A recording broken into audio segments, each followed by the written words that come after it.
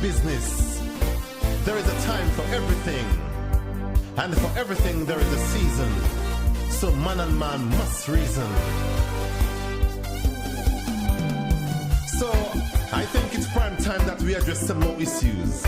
Simple information I will use. No rocket science to get you confused. So relax your mind, make sure everything is fine, while I take you down a poetic line. Trick us with campaign promises, we won't stay at ease. That's the way it is. We've waited in vain, hoping you'll ease the strain, but you now refrain, you now refrain. I remember you say Liberation Day, and I ask, you sure is that you wanna say? Cause you sounded so good to believe. And deception is a powerful thing when you lose your rightful thinking. So we voted for the bling. But you trick us with campaign promises, we won't stay at ease. That's the way it is. We've waited in vain, hoping you'll ease the strain, but you now refrain, you now refrain. Yellow, yellow all the way is what everybody say. Cell phone ring, man answering. Yellow, yellow, no hello. Teeth get yellow, house get yellow, bus get yellow, man get yellow, even green get yellow, and so says 11-4. When you trick us with campaign promises, we won't stay at ease. That's the way it is. We've waited in vain, hoping you'll ease the strain, but you now refrain, you now refrain. Old school parables say you know what you have, but you don't know what you go get. So cherish what you have to diminish regret. But what on earth lasts forever? Not even things created by the great Jehovah. So the green grass ceased to grow to allow the yellow vibes to flow. But boy, one song I sing, one bell I ring. If we didn't know, we'd never know yellow would have treated us so. When you trick us with campaign promises, we won't stay at ease. That's the way it is. We've waited in vain, hoping you'll ease the strain, but you now refrain, you now refrain. They began with the blame game, giving NNP more fame. Past administration, the cause of frustration. Past administration, chief of corruption. Then to economic recession, we can't give you attention. Economic recession, the cause of poverty in the land. Economic recession, no employment for the ordinary man. When you trick us with campaign promises, we won't stay at ease. That's the way it is. We've waited in vain, hoping you'll ease the strain, but you now refrain, you now refrain. All your projects are stuck in a pipeline, but when asked, how is the country going? Oh, fine. We are looking into it. Never mind. Only projects in pipeline. No water to cool down the yellow temperature. When will they start? Please answer that. Oh, soon. Maybe by the next full moon. Although things are turning at a very slow pace, we now run no race. 5 years is a lot of space. It's just a few hungry people in another place, and a few disgruntled green people with their vexed face. When you trick us with campaign promises, we won't stay at ease. That's the way it is. We've waited in vain, hoping you'll ease the strain, but you now refrain, you now refrain. Busy governing, busy managing, busy politicking, busy neglecting, busy inflicting poverty and hunger throughout Grenada. 1,000 Frenchmen can never be wrong, but you hold your yellow conviction strong. So why not send them advisors home? They're sucking money like water in foam. And rehire the Imanis, less stress on the economy. You and Manchester hold up the country. You didn't see us down by the Bury when you send SSU to between. Trick us with campaign promises, we won't stay at ease. That's the way it is. We've waited in vain, hoping you'll ease the strain, but you now refrain, you now refrain. So we've heard about your internal division, but some can't digest that one. Remember the man say he's an asset to the party? And will we vote you without him? You left him with Glenn alone. Maybe they cloned. And however, I foresee a pretensive unity that will mislead a lot just before the next ballot. But you guys will have to come real good, cause it's a long time Grenada ain't eating food. You think politicians would trick us with campaign promises? We won't stay at ease. That's the way it is. We've waited in vain, hoping you'll ease the strain, but you now refrain, you now refrain. You remember in the Bible, God had a plan for Jonah to restore Nineveh. Is it the same Jonah? Lots of doubt, so I'm running up my mouth. And I ain't counting no chicken before the hatch. Politicians sometimes form a crooked batch. After they get the vote, they now sing one note. But here comes Fort Judy and Nancy Payne, with $1 million house and brand new car on the scene, while our hungry bellies still grumbling. When you trick us with campaign promises, we won't stay at ease. That's the way it is. We've waited in vain, hoping you'll ease the strain, but you now refrain. So yellow people say, next election not me stain that finger. Cause after we say enough from Jonah, here comes still with more pressure and hunger. And from the mouth of Grenada, only one thing I utter: the Congress neglect us, the Congress fail us. And I could never understand the distribution of the wealth. So drink your bush home if you want good health. And for real, we appreciate the free barrel, but they only come in December. So what we are do from January to November? Suck salt and drink Nawasa water. When you trick us with campaign promises, we won't stay at ease. That's the way it is. We've waited in vain, hoping you'll ease the strain, but you now refrain. You now refrain. By the way, what will be your theme for the next campaign? It can never be about change again. And in what language are you going to tell people to vote for NDC? In Japanese or Chinese? You better wrap up $1,000 in yellow jerseys for we, or give us everything free as in the days of NNP, or else funeral for NDC. Whatever, Grenada still belongs to we. Although enough things affect us negatively, we are still blessed by the Almighty. This poem may not be liked by you, but I know you will like this poem, for this poem is a problematic poem.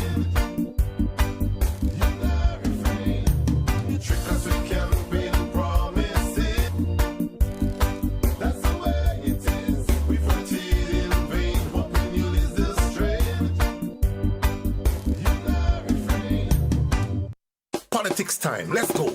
Transformation in reverse gear, the whole country panicking in fear. The yellow ideology, never walk in this bright country. If all you can make it no more, call a date up, pack up and go. We blood pressure soaring higher, all you want us go by Lacroix. Who go sing that in para? Or who go sing a shot the song? I go in and call my partner Lakey. I hope he did. Carnival taking too long to come. Scholar don't sing them kind of song. By then the topic might get stale, or they may try to put me in jail. I don't need a master's degree to know his school children hungry. The program was managed real good. They used to have a lot of food. All you say everything is free. Take away the $1 fee. Now them children barely empty. Government can buy the groceries. Who go sing that in para? Or who go sing a shot the song? I'm going and call my partner Lakey. I hope he did. Carnival taking too long to go. Innocent would never sing that song. By then the topic might get stale, or they may try to put me in jail. Send our children to Dubai for food. They won't have to cry. Diet is a critical thing. It fosters proper learning. But when children barely empty, next thing they just feel sleepy. You can treat the nation's children so. I never know NDC was bad so. Who go sing that in para? Or who go sing a shot the song? I go in and call my partner Lakey. I hope he did. Carnival taking too long to go. Shonda will never sing that song. By then the topic might get stale, or they may try to put me in jail. All you get a pregnant treasury. Now it's empty but there's no baby. So all you could mash up money. No growth in the economy. They say the money paid pension, expecting economic reflection. But there was nothing like that. People bank account just get fat. Who go sing that in para? Or who go sing a shot the song? I go in and call my partner Lakey. And good night to you, Grenada, Carriacou, and Petit Martinique. Once again, it is time for Talking Points. Same kind of song. By then, my name's Sheldon Scott. I will be with you up until the 10 o'clock hour. You left Grenada for Rwanda, somehow end up in Nigeria. Yeah, let me see if I could get my proper voice now. Yeah, I think that's a proper voice. Free flight Heathrow to Nigeria. You paid Nigeria to Grenada. The country is at your service. Don't get tied up in bogus business. Who go sing that in para? Or who go sing a shot the song? I go in and call my partner Lakey. I hope he did. Carnival taking too long to come. Teacher Eddie don't sing them. So someone already trying to call. No caller, you got to wait a bit. Trying to put me in jail. We say a special good night to all of you listening via We Noise Radio, We Noise TV. Those of you listening via the YouTube, via the Facebook. We say a special good night to you as well. Sliced bread, but everybody balling, things so dread. The supporters don't want to get exposed, so they still balling with Good them. night to you, Mount Zion. Who go sing that in para? Who go sing and shock the song? I go and call my partner Lakey. Man, people, that's why you sing that this year, you know. Too long to come. Big J don't sing them kind of song. By then the topic might get stale, or they may try to put me in jail. You said the documents were missing, and the culprit is Gregory Boeing. You well know what lies you telling. They say after lying is thieving. Gregory came to the media and said the documents were right inside it. You still couldn't accept the fact. Coming with your old lawyer talk. Who go sing that in para? Who go sing and shock the song? I go in and call my partner Lakey. I hope he did. Carnival taking too long to come. Remember to stop sing them kind of song. By then the topic might get stale, or they may try to put me in jail. Them houses looking pretty. Boy, I must big up Andy. They say he's the Yes, indeed. And let me say good night to all the listeners there, yeah? but some say the man is a fake. Others say he's a snake. The woman says she getting harassed for the lies you told on the hampers. Who go sing that in para? Or who go sing and shock the song? I go in and Moko Joseph, good night to you. Not seeing Chris London. I think Chris London busy, man. I ain't see Chris London. I think I see Chris London for a little while there. by then the topic might But I think I know what he's busy with. Eh? be in jail. Chris London, good night to you, bro. But he black, my PM really hot up. No attempt to fight corruption. Audio come to siphon the nation. Allegations heating the street. All right, I see Maryland is in the house. Good night to you, Cynthia. DC, no NDC in the diff. And we say a special good night to our Texas listeners. Sing that in para. Who go sing and shock the song? I go and call my partner Lakey.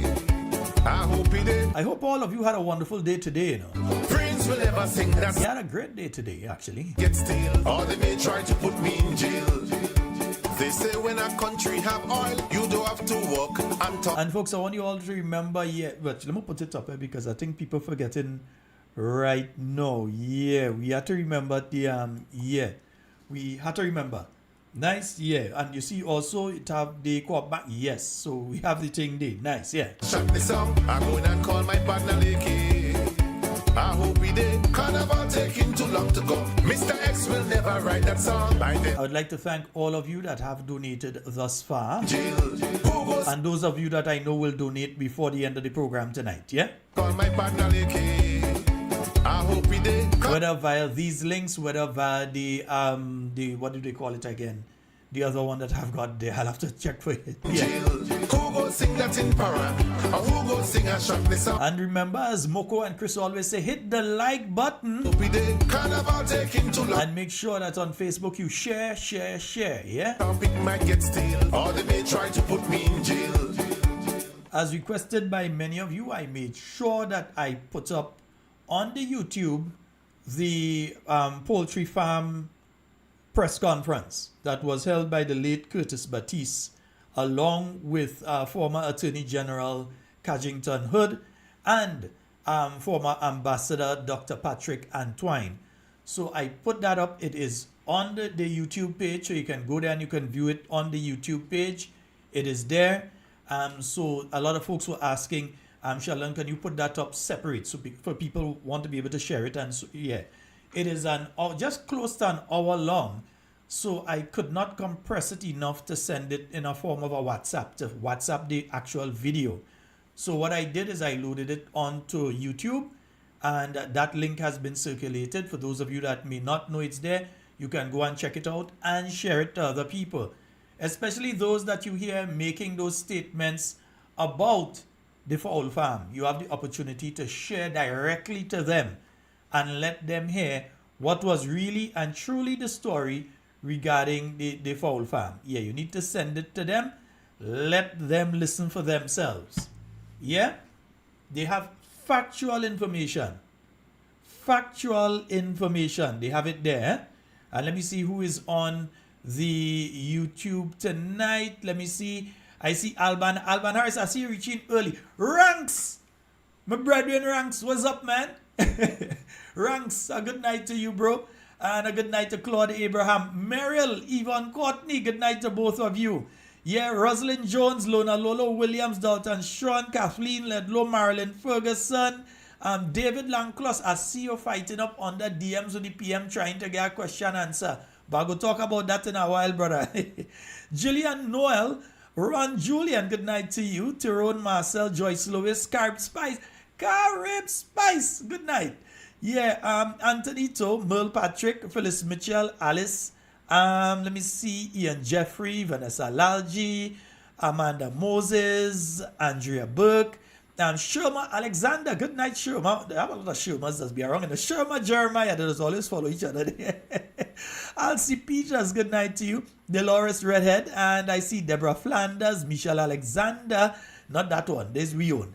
Yeah, Cynthia Bartholomew, Jefferson Hagley, Jocelyn Matheson, Norma Felix, Faithlyn Hallie Douglas, good night to you.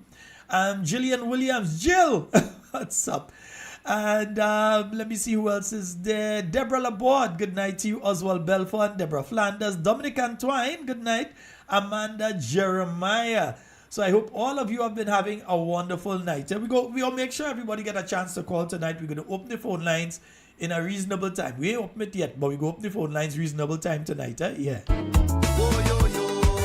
A lot of folks wanted to call last night and did not get the opportunity. And then some called, and because I was nearing the end, I had to cut them short.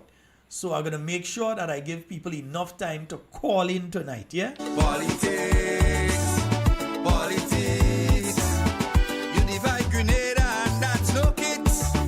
I don't like it. Politics. You know, there's a... I was looking at the program a little earlier. I was looking at the DMs. Haley Ifari. I was looking at the DMs with the PM earlier. And you know, he said something there. You listen for yourself. You listen what the PM is saying there. Oh yeah, let me get it on the right thing here. Yeah, you listen what the PM is saying for yourself. We also expect to have officials from the Ministry of Agriculture, Lands, as well as the Ministry of Health to address this issue surrounding these horses which were illegally, wrongfully imported without any permits into the country and which were diseased and had to be put down so that the public hears the facts, not the sensations. And I want to emphasize this. The importation of animals into Grenada without a permit is a criminal offense. And worse yet, the importation of animals that are diseased into the country puts the entire country at risk. And I'm unapologetic about the actions taken by the officials of the ministry. The only thing I'm a little disappointed in is that they did not themselves respond and explain to the public why they did what they had to do in the interest of protecting the public. So I want us to understand the spread of disease through animal can happen quite easily and can have damning repercussions for the country. We can't export fruits even today because of pests which were imported into the country many years ago. So we need to understand this is not some joking social media bacchanal. We need to protect the interests of the country. So I expect the four officials from the Ministry of Agriculture, Lands, Health, etc. will speak to the public decisively on this issue. We also expect to have officials from the Ministry of Agriculture, Lands, as well as the Ministry of Health to address this issue surrounding these horses which were illegally, wrongfully imported without any permits into the country and which were diseased. So folks, you all have heard the Prime Minister there. He said they were illegally, wrongfully imported. All right, okay, you say that, right. And then he said that they had no other choice but to put, yes, they had choices. Yeah, there were choices in putting them down. He's not speaking. Yeah. Yeah, he's not speaking about all the pigs and things they bring in the other day that diseased as well. All they didn't quarantine, all they had them in quarantine still? All they didn't quarantine them, there wasn't disease. All the pigs and different animals that they brought in, they had cattle last time, diseased, brought in. He ain't talking about those, but he talking about these. Good night, Mr. Handsome, before he bite you there. Good night, Mr. Handsome. Yeah, they ain't talking about those.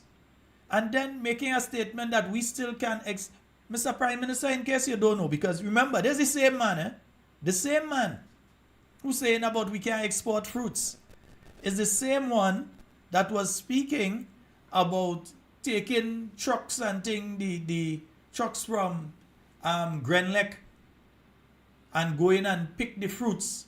So if we was picking the fruits, was to export where if we can export? No wonder they closed down Marketing Board. Yes, we can export. Because you shut down Marketing Board, wasn't it?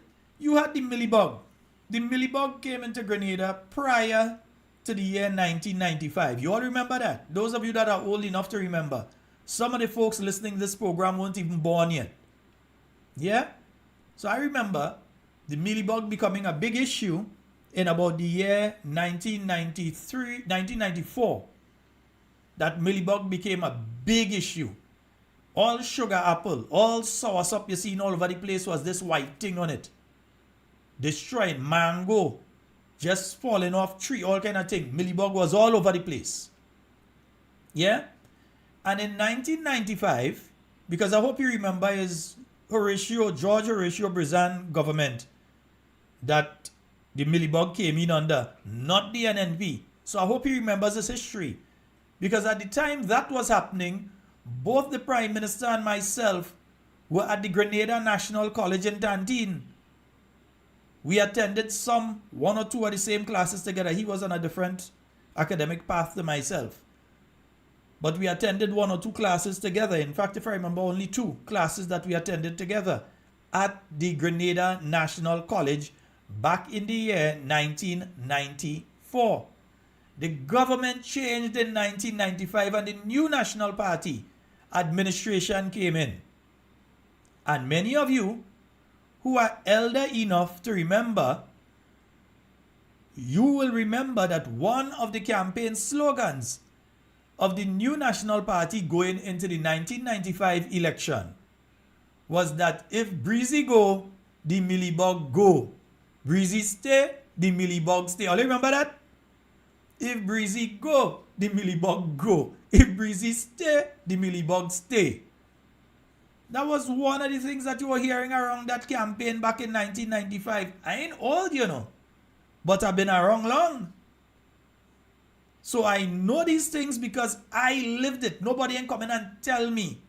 I was there and I heard it myself, and I was old enough to understand what was happening around me. I wasn't even 20 years old yet, but I was old enough. I was a teenager, but I was old enough to understand what was taking place around me at that time. So when you come talking about that, like if it was the new National Party, because you know they talk in this kind of way that they leave it open-ended so that the feeble-minded out there would just grasp at that and say, yes, NNP did bring in a certain thing in the country and cause the economy, the agricultural product. It is the NNP. That's why Grenada is the only country that could still sell soursop to, I believe, the US and other countries. Because we get rid of that. So him bringing that up right now. Is Brizan you're talking about, you know? Breezy you're talking about. The late Horatio Brizan. George Horatio Brizan. That's what you're talking about. You're not speaking about the new National Party there. It was the new National Party and Dr. the Right Honorable Keith Mitchell that came in and dealt with that issue. That's when they had to bring in what? The wasp. They bring in some sort of, was it a Chinese wasp or something they brought in? That was a natural predator to the mealybug. And that is what was able to eliminate the mealybug. And then afterwards, the export market was reopened for Grenada to be able to export to different countries, mangoes and soursop and so on. Other Caribbean territories still cannot sell soursop in the way that Grenada can sell soursop to the US market. And that was because of the wonderful work of Dr. the Right Honorable Keith Mitchell and his NNP administration between 1995 and 1999, because that is when that particular administration was in office. They got rid of the mealybug and you had the reopening of the markets. In fact, after 1999, I remember doing an interview with the then Minister of Agriculture. Yes, by that time I was working. The then Minister of Agriculture, who, in case all you didn't know, was Michael Batiste after the 1999 general election when the NNP won all 15 seats. Michael Batiste was the Minister of Agriculture, and I remember interviewing him in relation to certain things like the mealybug and banana. Michael Batiste, maybe can't even remember that. I went to the office and interviewed him as a young journalist. That would have been in the year that would have been in 1999, early 2000. We are somewhere around there. I think it would have been early 2000 that I did that interview with him. So them can't tell me about them things. I could tell them about those things. It's just a continuing pattern of being untruthful to the Grenadian people in relation to various issues. And there is this concerted code of silence when nobody could say anything until the Prime Minister reached and said you had to talk. So the Ministry of Agriculture, knowing what they did and knowing that it was not necessary for them to do what they did, and knowing that the young man had been in contact with them before the horses got here, knowing that the young man had been in contact with them when the horses were still in the other country, when the horses were loaded, that he was in contact with them. And it is due to their reluctance to have the horses come from that country to Grenada that they stayed how long they stayed in that country. And then all the time they were tested negative, and then just when they were being shipped is when they tested positive. So for them to go and try to give the impression, no. Come and say what you have to say tomorrow. Say what you have to say. I'm interested because there's a reason that they've been hiding. The Prime Minister come and you could see vex. They had to come out and talk. They wasn't talking about this thing. And I'm unapologetic. Nobody want your apology. All you got to pay the man for your horse. That's all going to happen. All you will have to pay him for your horse. There's a GoFundMe for him. I'll go put it up here.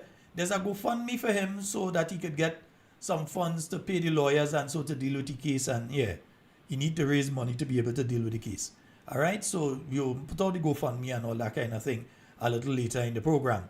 But once again, just for educational, well, that ain't really educating you now, but that, listen, right now the Prime Minister reverse educating and that ain't educating people because you're misrepresenting historical fact, doing it in an open-ended manner so that your foot soldiers, devoid of any proper information or historical fact to back up anything they're saying, would take it and run with it. The vet himself come out and said the thing was not a danger to other animals, wasn't a danger to humans, and so a vet came out and say all of that. Prime Minister ain't no vet. Who are you going to listen to in relation to something like that? A vet of how much years experience, who has dealt with hundreds of horses and so, or the Prime Minister? Who are you going to take the information from regarding that? He was very clear on the specific type of tick bite that the horses got, what they got from those specific ticks, and what that could cause. In fact, I will play the vet a little later on. But let me hear the Prime Minister again and what he had to say there, man. Yeah, let me hear what it is he had to say there again.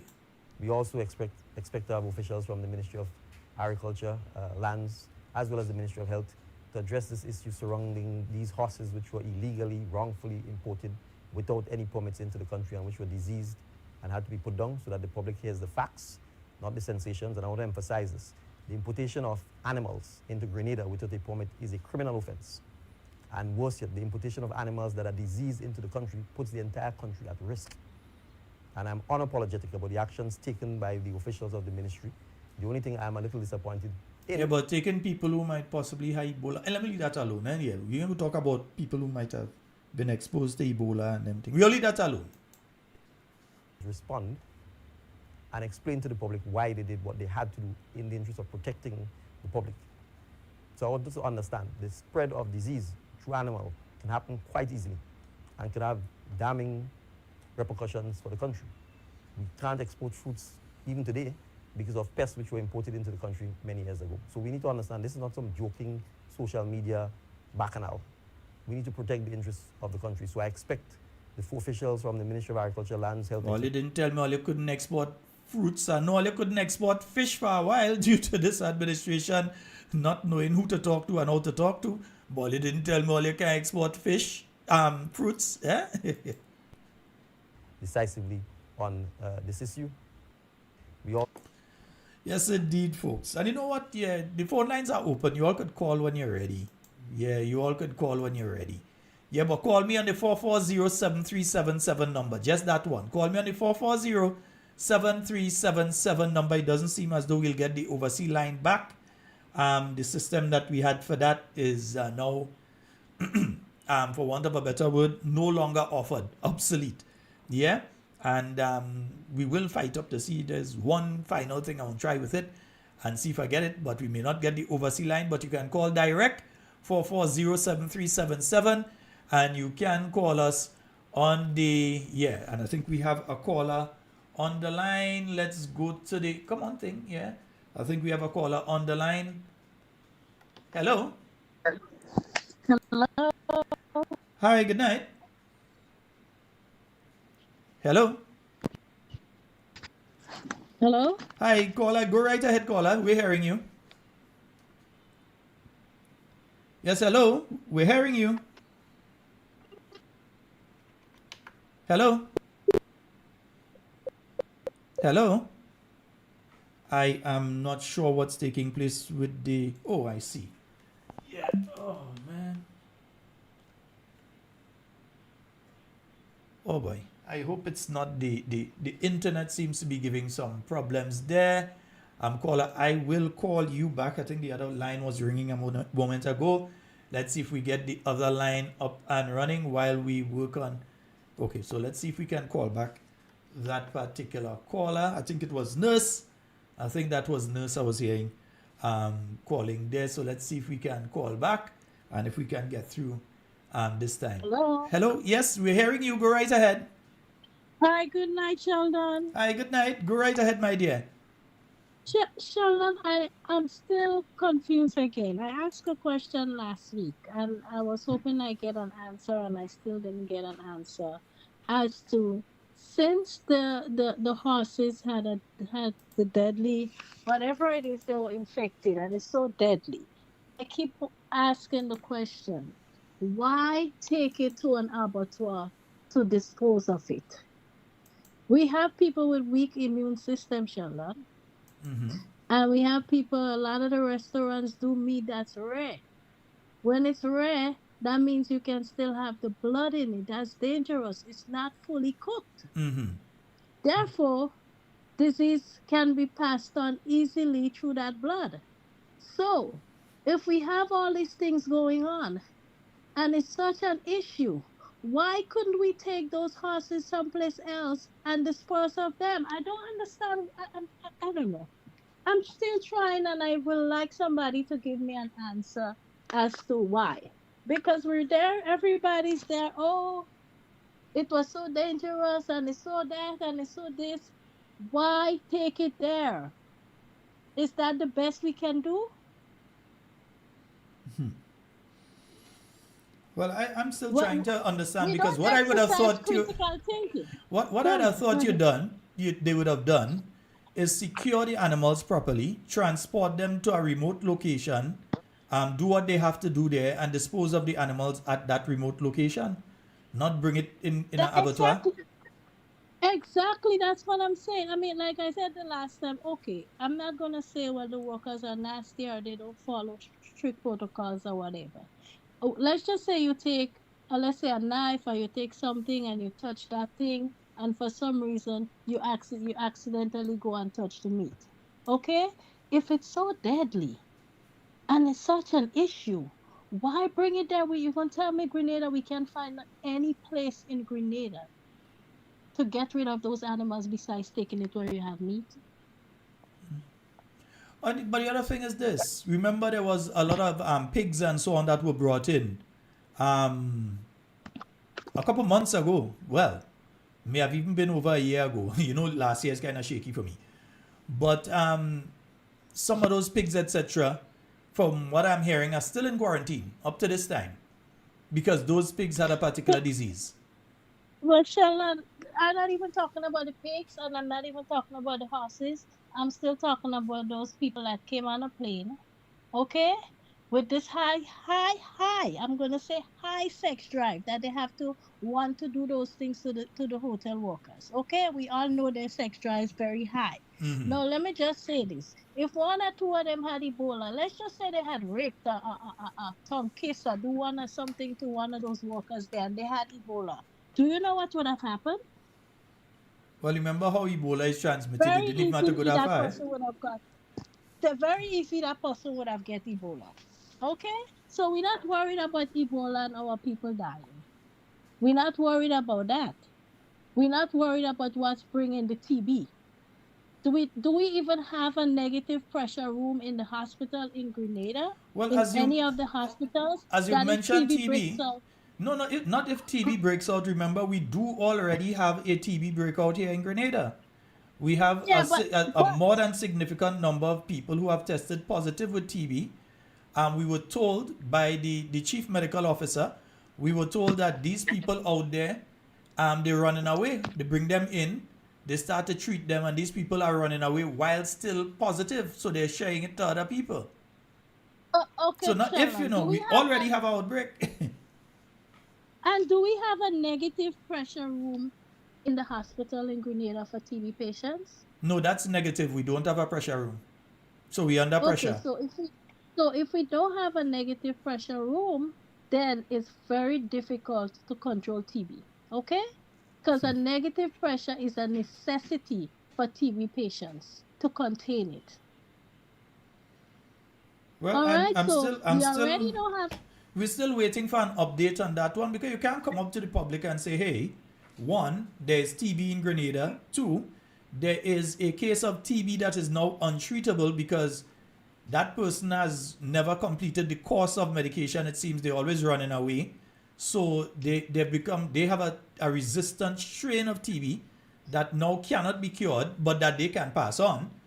We haven't had any updates on that, what took place with that person, if the person is traveling on the bus with us in the morning, coughing, kufum, kufum, as my grandmother used to say. We don't know. We don't know if there are more cases. We don't know the areas. There are people that are walking around and they just cough on you. There's nothing. You sit down on a bus and you just hear somebody cough and you feel a little wet thing on the back of your neck. All sorts of things take place. The bus drivers should be concerned, because the bus drivers, they are the ones who most likely out of anybody could get infected with these things. And there seem to be, they just say nothing and everything will pass. Sheldon, you know what baffles me? What baffles me is that Grenadians don't care about TB. They don't care about Ebola, but they care about a horse that came to Grenada that say it's so infected. And that horse is so infected that you go and you bring it in a party with all the other meat and, to dance around and have fun. You understand me? So they're not concerned about the TB and the Ebola and those kind of things. Look what they're concerned about. Look at what they're concerned about. Those things baffle me, the way how we behave. And remember, they killed the two horses without ever doing any tests on them, eh? Listen, Sheldon, if I had to take out my money from my pocket, my whole paycheck, and help that man, I go help him. You know why? Because people too wicked and dangerous. Let me tell you something. I love my animals, I love my pets, and I hate to see people do cruelty to those animals and them. That's not right. So, no, this is not right, and I hope he sue them for all they got. All right, my dear. They should sue him. He should sue them. Mm-hmm. All right, thank you so very much, Nurse. Hello? Oh, Nurse gone. We papa. Yeah, I see some folks trying to call on the straight line. You can call 440-7377. You can call us both direct and on the WhatsApp. So you can call us on the WhatsApp number. That is same 1473-440-7377. If you are overseas and you realize that you've saved the number but you can't get us on WhatsApp, just add a plus sign before and you should be able to get through. We have a call online. Hello, good night. Hello, Sharon. Hi, good night. Good night, my dear. Sharon, I asked you for the number. You never give me, but it's all right. Me and you friends still. I don't even realize who I'm speaking to yet. Sheldon, who you met up in McDonald College. Whoa, caller, hold on, something is off here. The number. So I had to give you a number. Okay. Your number. You had to call me on WhatsApp so I could have your number to call. Okay, well, let me see. The best thing to do, WhatsApp me on the 421-7279. All right. WhatsApp me there, because I have that with me all the time. Let me tell you something before I think. Mm-hmm. You see this thing with the horses? These people is just cruel-minded. It's nothing about the horse. They're cruel-minded because they realize to themselves that the owner of the horse is close to NMP. And they're trying their best in all ways to see they could diminish the people of NMP. But we are stronger than them by far. We have more love in we have more than them. So So they could only do all this kind of thing. Because when I watch the young man Sunday, I see that young man, you could see his heart is flared, but his legs is trembling. Because I feel it for him. No, Because it's I know a hard one. definitely this young man, when you see that anything, even down in Montrouge, they having thing. He come with the horse and the train and the people are so excited to see the horses and them. Why they have to do it to the young man? Eh?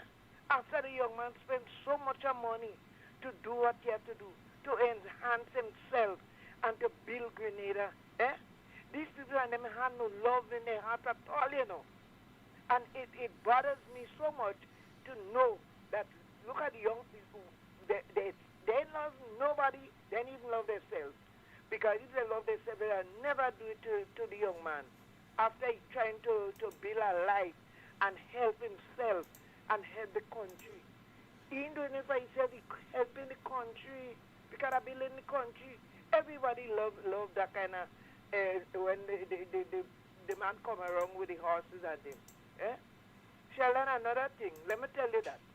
I am so concerned, and I'm talking about it, and I want people to hear when I'm speaking. Sheldon, there's a place in Cherry Hill, right? In Cherry Hill, going up to Troopers, where you have the police. Right in Cherry Hill, have you come down by the supermarket, and you're coming down on the right-hand side.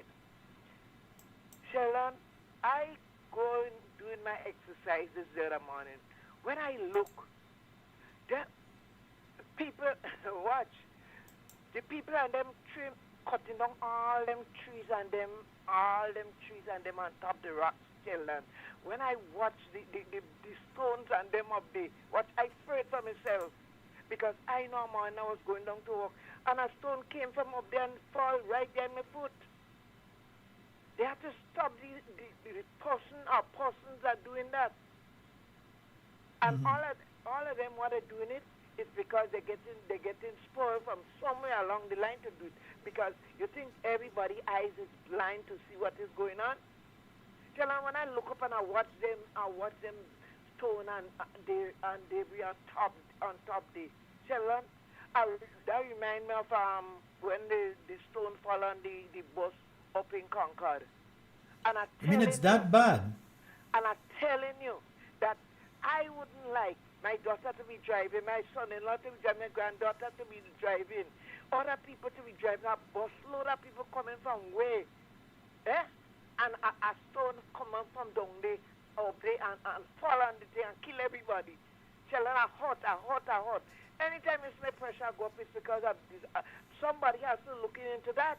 No, don't let the pressure go up. Do like me. No, let the pressure stay normal. But somebody has to look into that because I'm scared about my own self. Because if every day I'm going to town, I'm fighting to even pass there. Because look I at understand. what's going on. So everybody eye blind. Nobody seems to say, well, stop that. You're not supposed to cut down the trees. And it's not to say they could put houses there. I don't know why they're cutting down the trees. Well, I don't know. Somebody has to step in and stop them from doing that because they're going to endanger other people's lives. And I think I know the area you're speaking of. I've got to go see it myself, but I think I know the area you're speaking of. Yeah. And if I'm correct, it's a very dangerous thing. It's a little thing I see people, I don't know, I never go up there. A little drive up where people could sit down up there, drink and one around Christmas. Then you have a little one lower down on the seaside where they'll sit down too.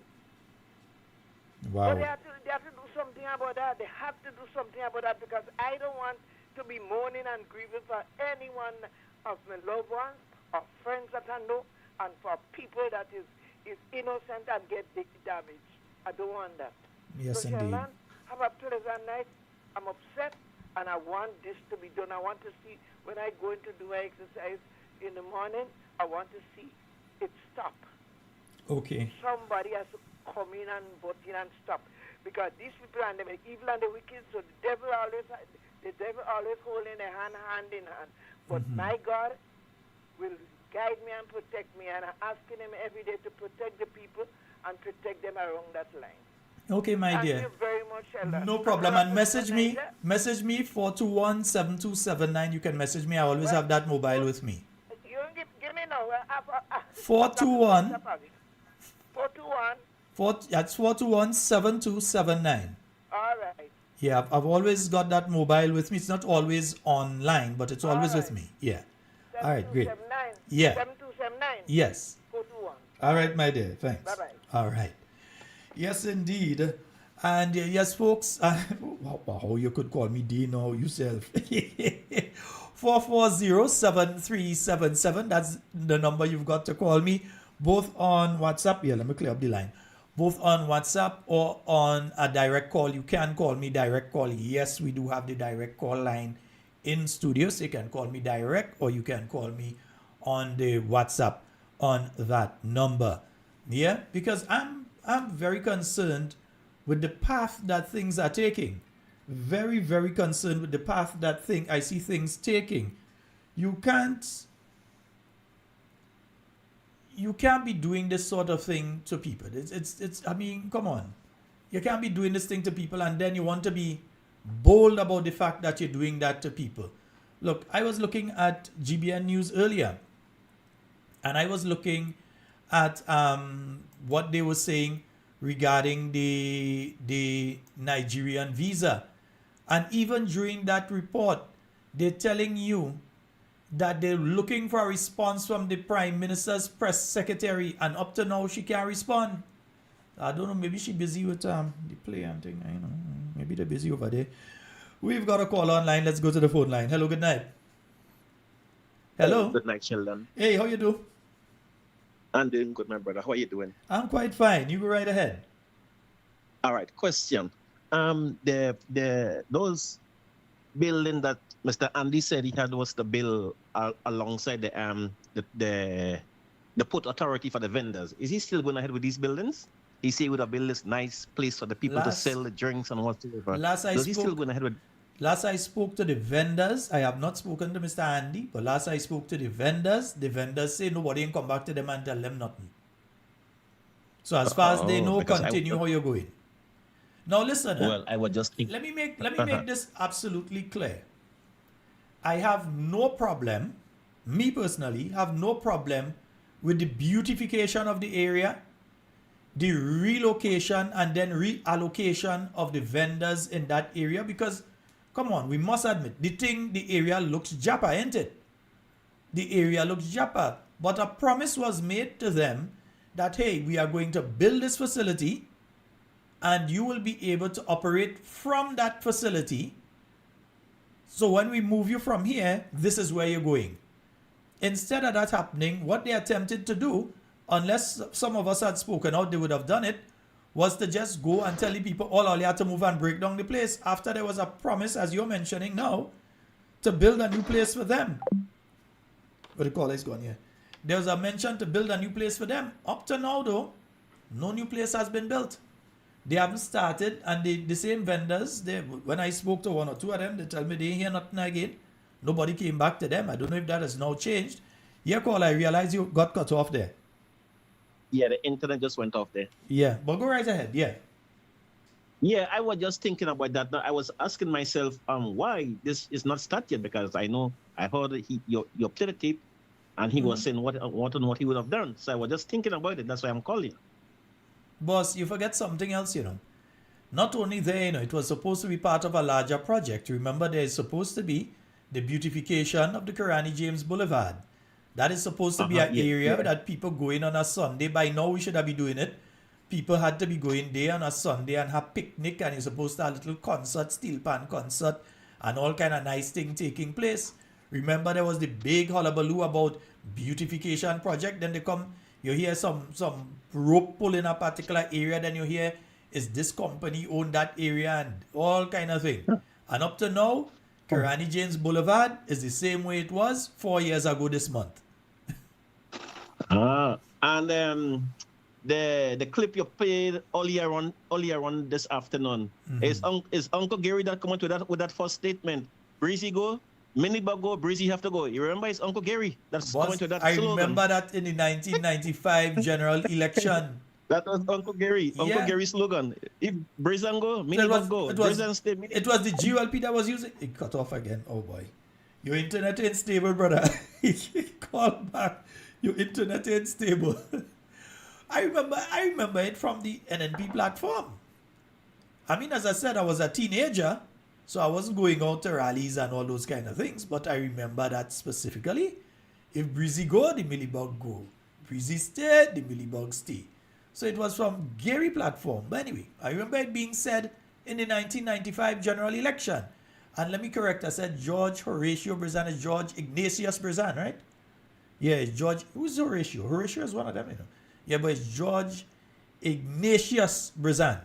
You know, I like to take correction. Somebody message and tell me, hey boy, fix that. You said the wrong thing. Yeah, they say you said the wrong thing. Fix that. Yeah? Well, people sending things that I already playing for me, Papa, yo. So, folks, yeah, that is what the Prime Minister had to say about that. But let me play something here for you, because this is what they had on GBN News a little earlier tonight. Entry to Nigerian passport holders have sparked public debate and uncertainty, with citizens expressing mixed views and questions arising over whether the policy has received official government approval. Shania McIntosh has this report. Following recent reports that Grenada has granted visa-free entry to Nigerian passport holders and plans to establish a direct air link between the two countries within the next 6 months, the Grenada Broadcasting Network took to the streets to gather public reaction on the development. The visa-free entry and direct air service are part of efforts to strengthen trade, tourism, and investment relations between Grenada and Nigeria. Residents expressed mixed views on the proposed arrangement, while some welcomed the move, noting that it could create new opportunities for economic growth, tourism, and business investment. Others voiced concerns about the potential impact on national security and immigration management. Several individuals emphasized the importance of implementing proper screening measures for visitors entering the country. They stated that comprehensive background checks and vetting procedures should be conducted to ensure the safety and security of Grenadians. Knowing the reputation that Nigeria has, especially in regards to scamming and stuff like that, we need to be mindful of what we're opening our doors to and how we go forward from there. If it's a case where Grenadians can benefit as well in regards of reverse traveling and experience exposure, it could be a good idea, but I think the government needs to make sure that there's adequate information and background checks being made before we accept anyone. And our culture, we have similar differences in our culture. We eat a similar food. Everything is just similar, but yeah, I think it's okay to be open to it and see where it leads us. We want to extend our borders, our territory, and they are very good people. A lot of Nigerian people in Grenada before. So I don't see anything wrong with them. I don't leave them alone, left them alone. Because some of them, when they come to spend their money, they come to worship, they come to do good things for the country. And we need people, especially if they could contribute to the national development. Whenever they come into free ride, I have a problem with that. In an effort to obtain official clarification, GBN contacted the government's press secretary to determine whether the reports are accurate and whether the policy has been formally approved by the government of Grenada. However, up to news time, no response had been received. GBN will continue to monitor developments and provide updates as more information becomes available. Reporting for GBN News, Shania McIntosh. Yes, so that's GBN News on that particular one, yeah? So, yeah, folks, you all heard what they had to say on that. Because the thing is this, we've heard through Nigerian media by the Grenadian ambassador in Nigeria and his team, we heard that Grenada has given visa-free travel to Nigeria. As Grenadians living in Grenada, whom the government is answerable to. We not answerable to them. They are answerable to us. We, up to this point in time, have not been told. Well, let me tell you, the Prime Minister coming on the press conference in the morning. Media, ask him directly. And find out from him if all you have the testicular or gastrointestinal fortitude. Ask him the question. Why did it have to wait to this point in time for the Grenadian people to be told that that was done? Why they had to wait until this point in time to be told that the visa restriction has been removed? Or is the report out there inaccurate? Are we discussing something that we should not even be bothering to discuss because it's inaccurate? We do not know. We don't know if it's true because the Grenadian government has said nothing to us. While the Grenadian ambassador, who is Nigerian, but he represents Grenada in Nigeria, while he is saying this is the case, we don't know if it was a one-off for the 200 or so people that visited, and he took it to mean that all visa restrictions have been removed, so he come and say Grenada remove visa restriction. We don't know if there is now a signed document on behalf of the government of Grenada that opens the door to all Nigerians coming into Grenada. We don't know. We have not been told. Because remember, this government operates on a need-to-know basis. And I'll tell the media again, there are other questions that you will have the opportunity to ask the Prime Minister tomorrow, because I've realized that the DMs with the PM's program that he has, that it is specifically coordinated so that the questions that arrive to the Prime Minister are never on controversial topics. And you could never tell me that in all the Grenadians in Grenada, nobody has questions in relation to anything controversial to ask the Prime Minister. And you could never tell me that all the people out there, they go and they're asking school children studying to pass the exam and thing, they ain't studying all these major national issues. They may have things that they want to see, but they ain't going to ask the Prime Minister. Mr. Prime Minister, as I hope one of you in the press has the gumption to ask him tomorrow and prove that you all have what it takes, ask the Prime Minister, why is he still living in rented accommodations, and what is the update regarding the Prime Minister's residence? Do any of you in the media have it in you to ask the Prime Minister that question? Don't let them say that's not what you have the opportunity to speak to him. Ask him the question. Mr. Prime Minister, what is the latest regarding the Prime Minister's residence? We'd like to know. Are there plans? Can we see the plans? Because if it are plans, you should be able to show us, isn't it? Is we money spending for it? So if you have plans, show us the plans. Don't just tell us, oh, we have plans. And don't tell us we have plans in development, because exactly 1 year ago tomorrow, you told the Grenadian people that you were nearing completion of the plans for the design for the redoing of the Mount Royal residence of the Prime Minister. That is what you said 1 year ago tomorrow. You're facing the press tomorrow. And if any of them have it within them to really be a media person, a journalist, and not just doing public relations on behalf of the government, they would ask you that question, because inquiring minds want to know, Grenadians want to know. If they're really serious, they would ask you about this Nigerian issue and ask you, what is the update regarding that? Is it that Grenada has given visa-free access? If so, why have we, the Grenadian people, not been told? Is it not important to tell us something like this? And at the same time, why is it that this was not reciprocated at the same time?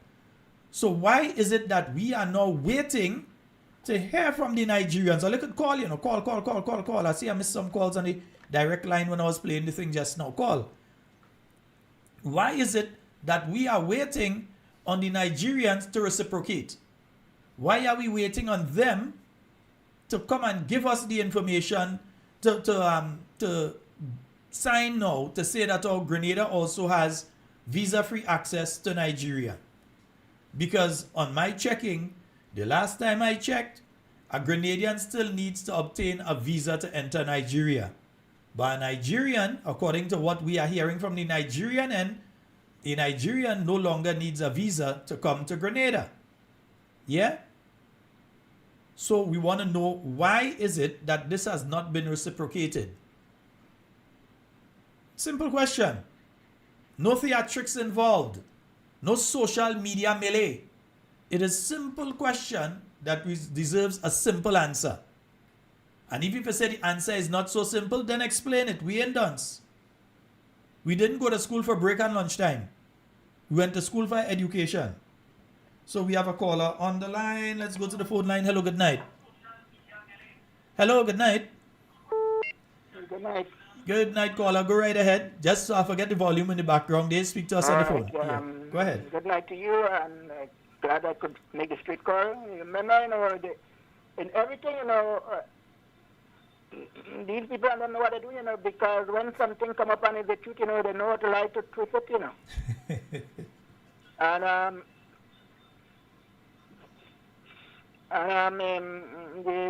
concerning the community center, they have I lost you there for a moment. Caller, I lost you for a moment there, so if I didn't hear you. Hello? Caller, I lost you there for a minute, so I'm not sure what you said. The last one. Oh, and he's gone.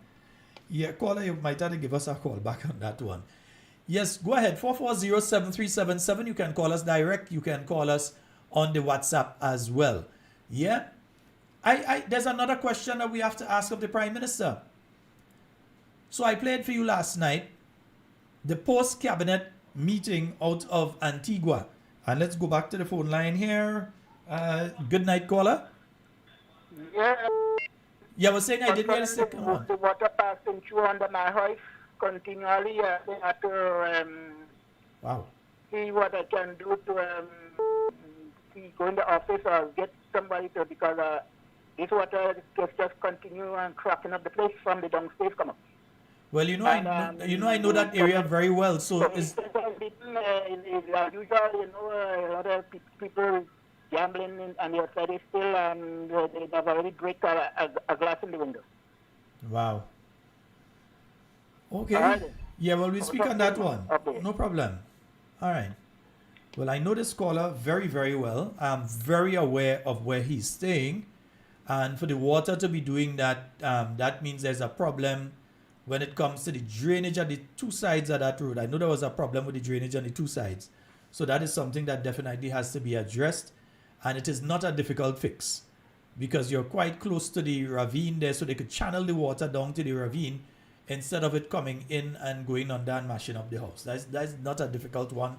And if it's doing that, it will eventually destroy the road there too. Yeah? That road that was constructed when? That road was done about 2000, 2001. It will destroy that road, that concrete road that's done there as well over in Beaton. So we have a call on the line. Hello, good night. Hey, how you doing? Yeah, but you go ahead and talk. We're hearing you, man. You go ahead. You go ahead and talk, brother. We're hearing you well.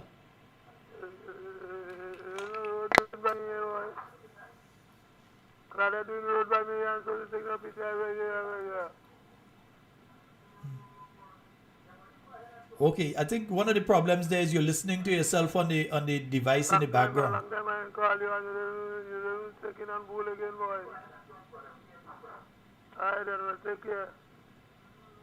All right.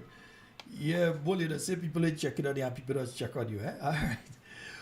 440-7377. That's the number for you to call direct and call on the WhatsApp. You can call us on either one, yeah? So you could take a direct call if you're not hearing me clearly, because most people are hearing me okay, but some, I don't know if it's the type of device, they're not hearing me clearly when I speak here. In that case, what you would need to do is to just go ahead and speak. Once I answer, you go ahead and speak, yeah? If you're not hearing me clearly, all right? So 440-7377. You can call via WhatsApp. You can call directly. Yeah, you could still call the 421-7279, but only on WhatsApp. I saw someone attempting to call me on that direct a while ago. No, I can't answer online direct, and I wouldn't leave the program to answer direct like that. You need to call us on the WhatsApp. If you're trying to get through to the program, call us on the WhatsApp, all right, so that we can have a conversation. Yeah, folks, so media, you all have another question for the Prime Minister. And the question is simply this: in Antigua, the post-cabinet press briefing of last week Friday, it was announced that the Antiguan government was approached to send 120 non-national deportees to Antigua. These are people with no connection. They have no family connection. They are not from Antigua. They're from other countries. And they, contrary to what was agreed to in the MOU that was sent and signed, they was trying to send 120 people to Antigua. The question for Grenada is simply this. And media people, don't embarrass yourself and leave there. If you're into news, you're into news. Is it a case that Grenada has already accepted people? So we already have people here. If so, what is the arrangement for them? If not, what is the present situation? Do we have people on the way?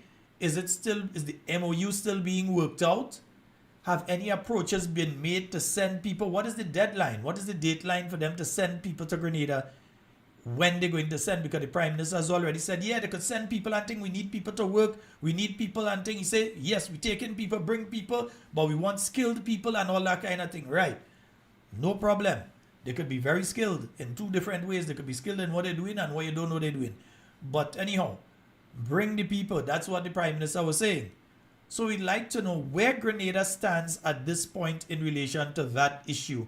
I think as media sometimes you all drop the ball on these issues when you get the opportunity to ask the questions.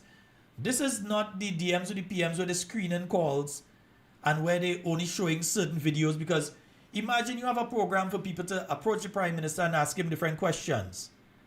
You have people that are calling to ask questions of importance, valid questions of the Prime Minister, and their numbers are being screened out. They can't get through. And that's a fact. That is not something I'm saying like I don't know. It's a fact. That is what's taking place. Weeks, some people trying to call, they ain't getting through. You could put your comments. I see David Lang close. I see you try, brother. Put the comment, they passing that, they ain't answering them thing. But people who call in, they say, Mr. Prime Minister, you look nice, eh? Mr. Prime Minister, I just want to thank you for all you're doing. All you thanking him for all the traveling? Because you ain't coming back with nothing. I just want to thank you. No problem. All you could do that. I have no problem with that. But people who want to call and ask the tough questions, all you're screening it. No, it had to be exposed. People can't think that that is the reality. All you're screening, continue to screen. The day will come, election day, when all you can't screen, they will go behind a screen and they will give all you the answer to the question that all you don't want to answer. They will give all your answer for it. Yeah, election day come in, hide all you want. All you could run as fast as all you want. But all you can run as far as all you want. Yeah? The Grenadian people will eventually catch up with you. Yeah? Because election day is coming. Election day is coming.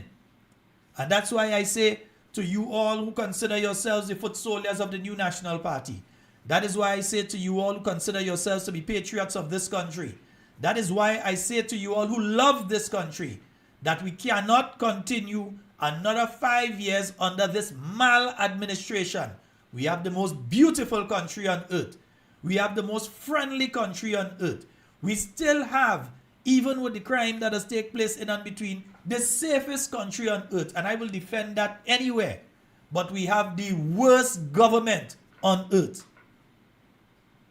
Grenadians are nice people. I wouldn't be running out there saying, oh, this Grenadians doing this and that, and Grenada is unsafe to come to. No, Grenada is a safe country. I just boast that all the time. I have friends in South America, in Suriname and Brazil and so on. When I talking to my friends and I telling them, they ask, what is the crime rate, how much murders and things, and they tell them, and they say, where's it solving with them? They refuse to believe you. Our friends in other parts of the region, Trinidad, Jamaica, all over. Our friends as far as Bosnia. Our friends in same Africa, our friends in Nigeria, Mozambique, Tanzania, Botswana, Angola. Our friends in all these countries and so on that I speak to on a regular basis. Our friends in nearly every European country that I've met over the years. And I always sell Grenada as the most beautiful, the safest place to visit, with the most friendly set of people. But right now, we have the worst government, and we cannot continue another 5 years in this country with what we have calling itself a government there. We cannot continue another 5 years like that. We wouldn't have a Grenada again. We have a call on the line. Sheila, good night. Good night, my dear. How are you? I'm fine. All right, go right ahead. While Trump want to get them Nigerian people to go back in their country, they can want to bring them to work witchcraft to win election. That's what you want to do. Because their hand is very dirty. Oh God, not all of them. All these Grenadian are there to work. They cannot give them work. You want to bring them witchcraft people, them dirty hand people to work for you come back in power. That's what you want to do. You understand? That's what they can want to do. Because you know their hand is very dirty. Papa, you miss Their hand is very dirty. But let me tell Dickin that my God don't sleep in. He have to come out there. He have to come out from there because he don't doing one with the country. He don't doing nothing.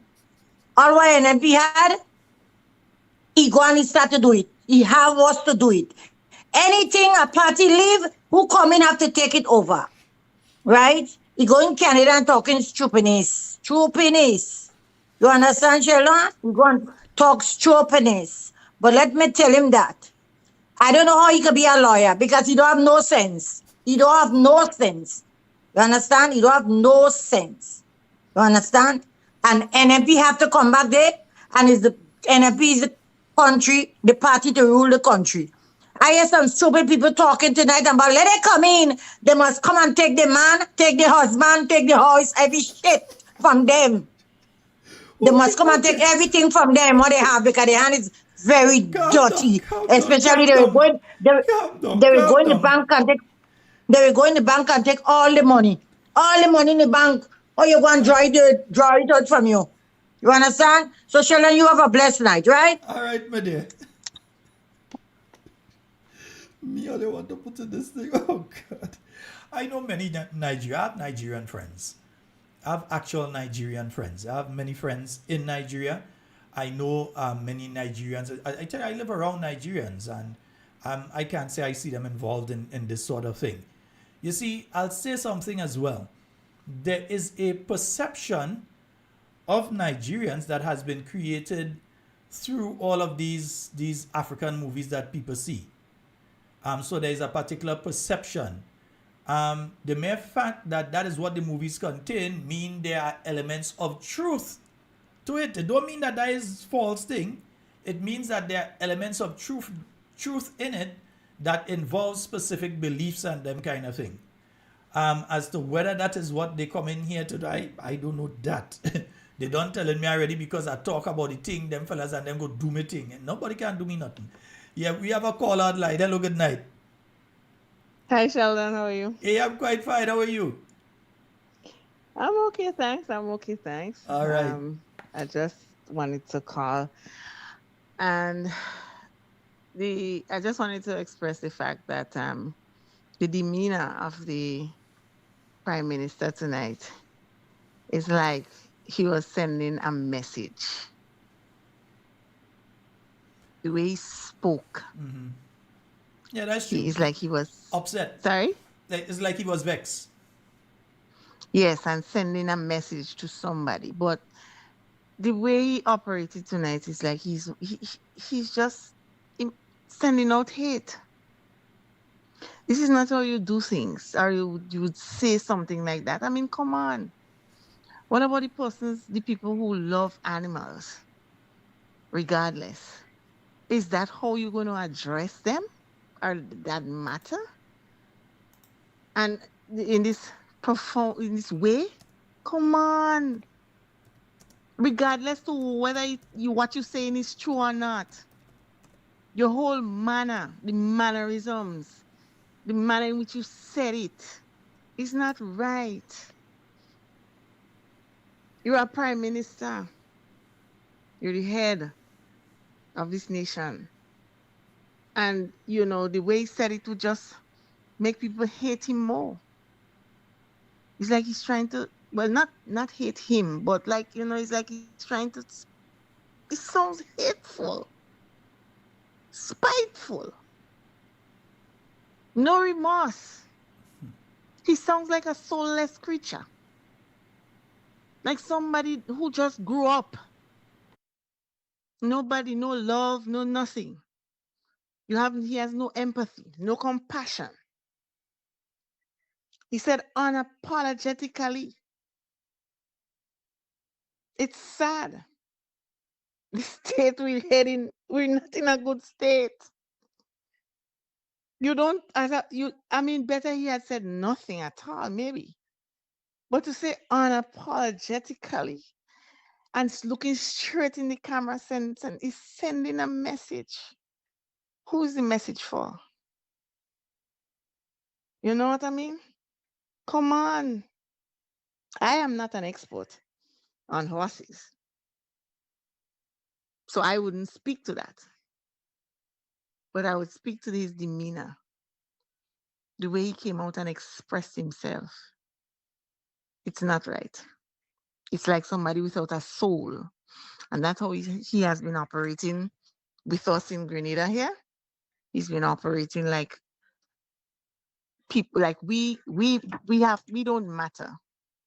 So we don't need to ask the questions. We don't need to care. He doesn't care, about us. And Grenadians not seeing that. Some of the Grenadians not seeing that. He has no empathy. He has no compassion. He's soulless. And this is the kind of prime minister we have running our country. Because Imagine Paula, I'll say this, because to the point that you're making, if you're a leader and something like that happens, you have to remember not only the people who killed them 2 horses are Grenadians.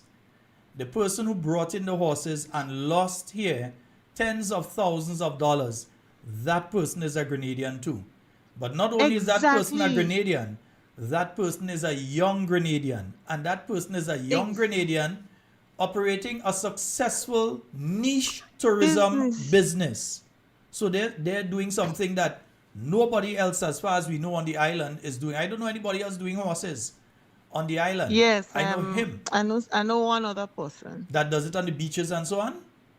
I'm not sure about the beaches and stuff, but I know one other person that has horses. So I know that he is. I don't know if they. I don't know if they still have. I don't know if they still have it. Have them, but they. But this is the one everybody knows, Horseman. Everybody knows him. They know him as the one. Whether it's a wedding you want and you have the carriage bringing the bride and groom, whether it's walking on the beach with a horse, or so you want your pictures on the beach with the horse, or you're having a fun day and you want somebody to bring horses for children to ride. We know that is who we contact. Now you know that is the only person we know offering that service all over. That's all. Exactly. And you have no empathy for him to say, well, okay. Maybe even though it's already happened, maybe we could have done it this way. Maybe we could have done it that way. Maybe we could have assisted you even faster so you could have gotten the horses here in Grenada before they picked up that disease wherever they were. None of that. It's just in other words, you know what he was on the tone there as well. He was threatening to arrest the guy now, Exactly. That's part of the undertone when the Prime Minister is speaking there, if you're listening carefully. It's like we could have jailed you. He was sending a message. He looked straight to the camera and his demeanor was like, it's like I'm coming for you. Like he was sending a message to somebody. Well, I don't know about Freddie. That statement you had. But let me just say, I think I lost that train of thought. But at the end of the day, I think Grenadians made a serious mistake, because here's somebody that does not care about you. They don't care how you feel. They don't care what you think. Absolutely no care in the world about us as Grenadians. They up there and their pockets are being filled. They're grabbing everything. This is a young individual like that. You know how traumatic. Let me ask you a question. Those people that came in contact, since he's saying that the disease can be spread to humans, did they quarantine the people that came in contact with the horse? Well, I didn't hear him say it could be spread to humans. I heard him say it could have spread all throughout Grenada, blah, blah, blah. But he's speaking, but the Prime Minister, the Prime Minister is speaking nonsense, because we heard from the vet. And the vet said that all that they're saying there is nonsense. And the vet is somebody who has dealt with hundreds. By tick? We have animals in Grenada that have been bitten by ticks all the time. Dogs, cats, goats, all the animals. So are they testing them to check to see if? I mean, come on, this sounds so silly. And he's unapologetic about it. That's heartless and soulless. He doesn't care. It's madness, Sheldon. We're in a sad state of affairs on our finger. Our finger can determine our future for the next election. Have a good night. Caller, thank you so very much. Yes, indeed, folks. And I know somebody else was calling. Yeah, look at Carl, man. Carl, 440-7377 direct. You could call on the WhatsApp. Yeah, we still getting the direct call. Somebody said it was coming in kind of low. Yeah, we trying with it. Yeah, we still attuning. Yeah, to the call. Some coming through okay. Some of the calls came through that you all don't even realize that was the straight line. Yeah? Yeah, and some of them again is the WhatsApp line, and you all don't even realize. We have a call on the line. Hello, good night. Hello, good night. There seems to be a problem with this connection. Hello, good night. Let's try one more time. Hello, good night. Okay, that caller will have to call back, or call us on the 440-7377. Call us on that one, because this one is connected via wireless, so it's probably, that's why that one is giving problems. It's not directly connected. All right, so give us a call. Let us on the other one.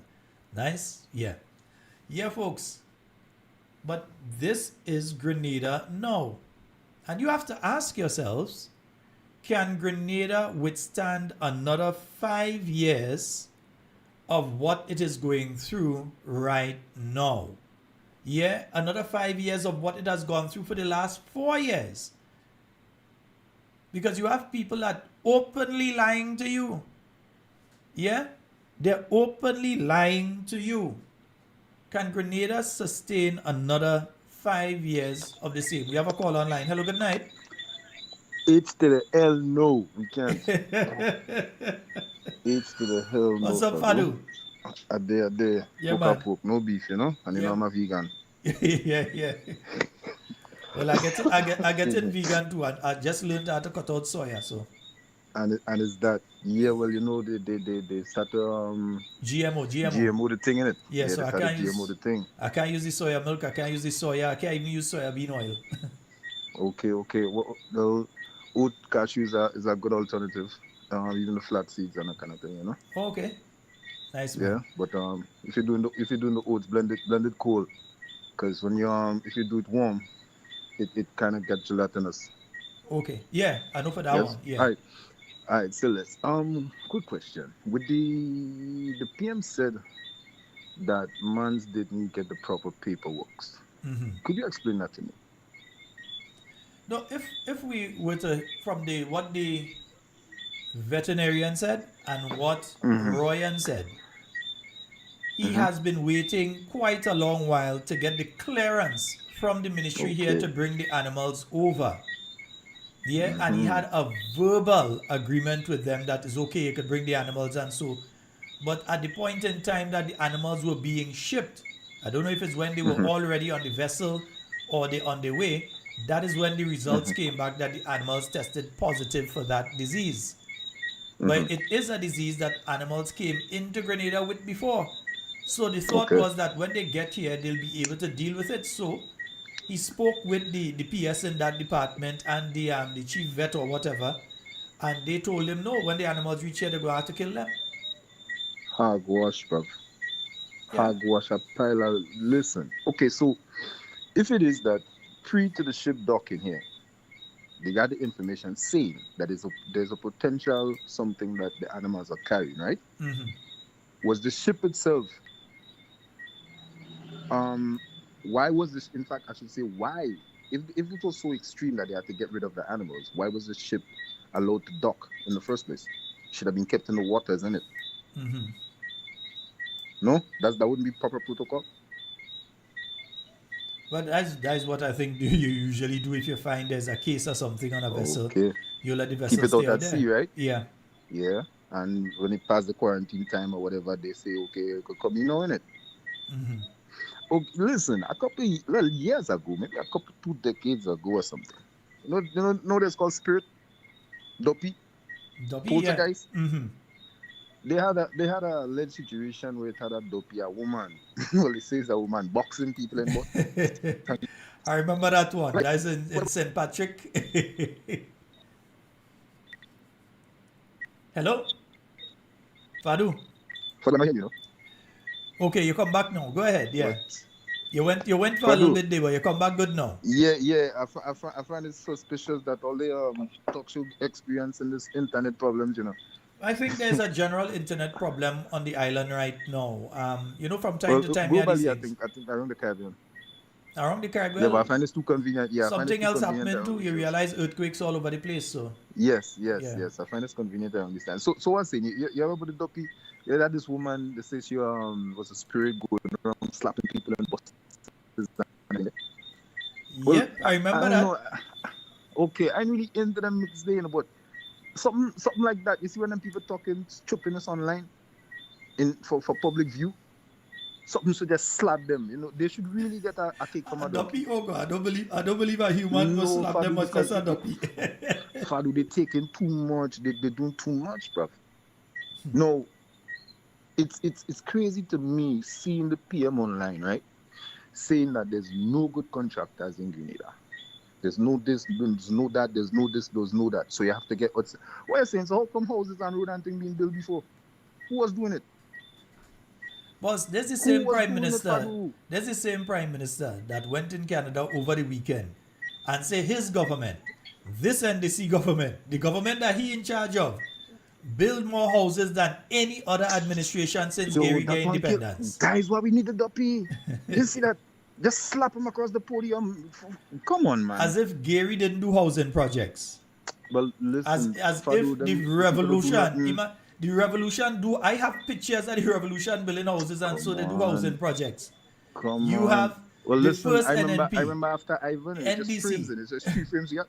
It was 3 skeletons we had in it. Man. I remember after Ivan, it was only skeletons we had, frames and stuff we had. What do people tell me? Over 90% of the houses got damaged, mate. And this is not like Hurricane Beryl, which passed and you level Carriacou, you level Petit Martinique, you touch the north of the island, but the rest of the island was okay. When Ivan passed, it licked up the whole of Grenada. Yes, there were areas that get a little bit of damage, but everywhere get damage. It had no place in Grenada that didn't get damage. I mean, you had heavy damage. Cow and animals in the air. Man, I remember a sheep up on top of a tree in Come on, I tell you, I see. Well, Lafem. I see monkeys from Granny Tank visited up in the northeast, floating, coming like the what was the Wicked Witch? I'm telling you, listen, I sent a message to the PM a couple years ago. If it is that people think that you're making mistakes, they might lower you. If they realize that you're trying to con them, Greens is a different place. I don't think all they know Grenada. All they pretending to be supporters, all they pretending to be patriots. All they don't know Grenada. Trust. Because you see what all they doing there, all the ministers, gated communities would not be able to help. I keep saying it. All they do taking the warning. All they playing the fool with people's temperament. You're lying to us in your face now, you don't even hide in it. And you're sending threats like, okay, who really scared of you, bro? Fadu, I've seen these people trying a lot of things out here. And as I say, it's like, in my head, I wish for the best for we place. I know a lot of people that make sacrifices for Grenada and still going through it for Grenada, not for themselves. And they have the opportunities and abilities and platforms to do things for themselves and make things real grimy. You get me? And they keeping up sitting because it has certain individuals that show them a different way now. You understand? Like my spear and thing when she do certain things. No, I ain't trying to be all political and I just trying to deal with policies and they ain't doing too good. They ain't doing well at all. And as I say, they ain't taking no telling. They don't look into revamp nothing. They ain't looking to try a different course because like okay, all the pockets grease already. Do something different now. Nothing so. Because so when you look at it, pressure. I'm going to do it soon. If you listen to the budget presentation for the year 2022, which would have been at the end of 2021, there were several projects mentioned there. You had the Western Main Road project, you had you had the water project going down to the airport, you had the airport project, you had all these things being mentioned. Now the NNP went out of office. It was up to the NDC incoming government to complete these projects. Continue, now, yeah? I listen to their budget presentations. I listen to them speaking all the time. And outside of what was presented at the end of 2021, I am yet to see something that the NDC could come and say they started, they initiated, Me as well. they got done, you know. Me Everything as has well. been projects that the NNP spoke about, and the budget presentation is online. From 2021, the Honorable Gregory Bowen, if I remember correctly, was Minister of Finance. So he did his budget presentation, and you heard all the ministers speak. But you know, one thing that a lot of folks tend to forget though, especially when it comes to housing, and let me zone in on housing here because we spoke about that a little while ago. Who was the longest serving Minister of Housing? Oh my days. Fadu. When the Prime Minister said that his government do the most houses ever, who was the longest serving Minister of Housing? I know, listen, I know Yolan Bain Hosford alone as Minister of Housing build more house than this NDC administration and the last NDC administration put together. You had in the very early time, you had Cuthbert McQueen, you had Yolan Bain Hosford as ministers of housing. But the longest serving Minister of Housing is number 10. Yep. She came in as Minister of Housing in 2013. And this woman never lost that portfolio up until 2022. She lose the portfolio. Even when she was messing it up. She had the portfolio from 2013 come right up to 2022. Even when she was messing it up. Yes. You understand? Yes. If he as Prime Minister is making a statement like that, and he have the person who he considers to be one of the worst ministers of housing ever, sitting in his cabinet. On his team. They're sitting in his cabinet. When you hear some of them making statements about people had tarpaulin, people still had tarpaulin all now on the place from Ivan. That was the longest, but it's not true. But if it was true, she was the longest serving minister. Listen, 2004 going up to 2008, if I'm remembering correctly, Yolan Bain Hosford, Minister of Housing, right? Yeah. That's where you had the Build Back Better. They come and talking Build Back Better like it's something new. As I showed in the book, as I showed in the book last night, where tag Build Back Better is the tag on it, you know. That was from 2004, right? Go on. So after that, you had the government change and you had an NDC Minister of Housing. I can't remember if it was, I think at one time it was Corliss, another time it was Glenn Noel. So I think they had two. I can't remember if Glennis ever served as a Minister of Housing, but I remember Corliss, and I know they switched for a wrong thing. They had Glennis and they had Corliss for a period of time as Ministers of Housing, right? That is when the La Colombe houses that were built during the period of the NNP were given out and so on. That took place. So this is the second time you have a set of houses being built by the NNP and being given out by the NDC. So when the Prime Minister goes to Canada and speaking about the Chinese houses as though he built it, you have to ask this guy, what he's smoking? But something got to be wrong. I think he's doing a lot more than just smoking, innit? Because maybe it's the jet fuel, because I actually seen people congratulating the man, talking about he had those houses for sale. And I'm thinking, yo, but these houses are for low-income people. They're supposed to be given to the people. They applauding him saying that them selling the houses, Fadu. This is crazy, bruv. No, but this listen, this is not normal. Something definitely wrong here. Because For do I need that dopey to come slap at them? Whoever doing that Don't thing, go let and them do the thing with it. don't go and Come on. invoke. Don't go and they invoke invoking nothing. thing. Let me stay. And no, I don't invoke nothing. No. Let me hope nobody don't go and invoke. We staying away. We staying away from them things. Taught a lesson. I can't reach out and touch them like AT&T. It need something here. It need some force and thing. You see the prayer warriors. Yeah. Prayer warriors know to do a thing because they need a hand. You get me? They need some hand or something to put something inside it because I don't know, something off. I'll talk to Pastor Lewis. I'll talk to Pastor Lewis in a while. Pastor Lewis will tell us what to do. Okay, I like what you're talking about that. But before I run up, what is it? Taxidermists? That's what it's called, them people. Taxidermists, yeah. Those people that cure the dead animals and so they cure them. Right. There's any laws and things about people traveling with bones and things in Grenada? Yeah, you're not supposed to. Well, I know coming into Grenada with animals, uncooked meat. Uh-huh. I don't think you're allowed to come in with uncooked meat or fruits, vegetables. Huh? It's very cute. It's not uncooked at all. Like proper bones. Bones itself. From whatever carcass it come from. Proper bones. Is that a normal thing? Is that okay to come the with? Ministry of Agriculture would, if they see that on the airport, they would stop you. Okay. Even if they ain't got check in their baggage and thing? No, I mean, if they wouldn't know it unless they check, but if they check and they realize that is dead, they would stop you and they would most likely seize that and get rid of it.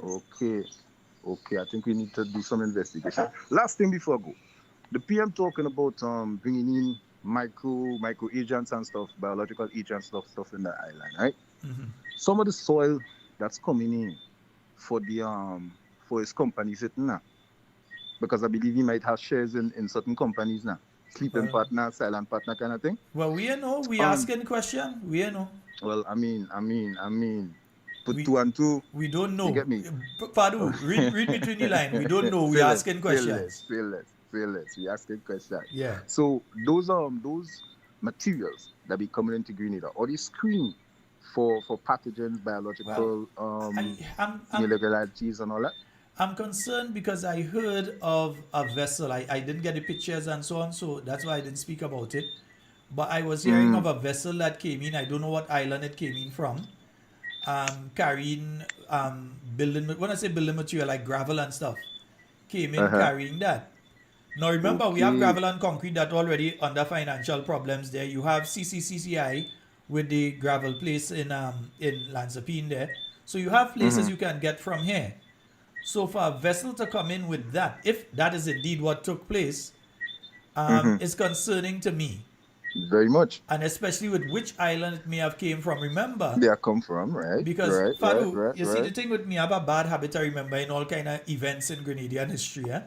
I like that. That's good. You remember the event but you remember the event when you had sand coming in on the port during the last NDC, and they had this animal that came in, a Gila monster or something like that. That they had to put trap all over the port, and people scared. They say, well, what if it go in somebody's vehicle? And they had this big hullabaloo over something because they find the eggs in the sand. I remember they find eggs in the sand or something like that of this animal that came in.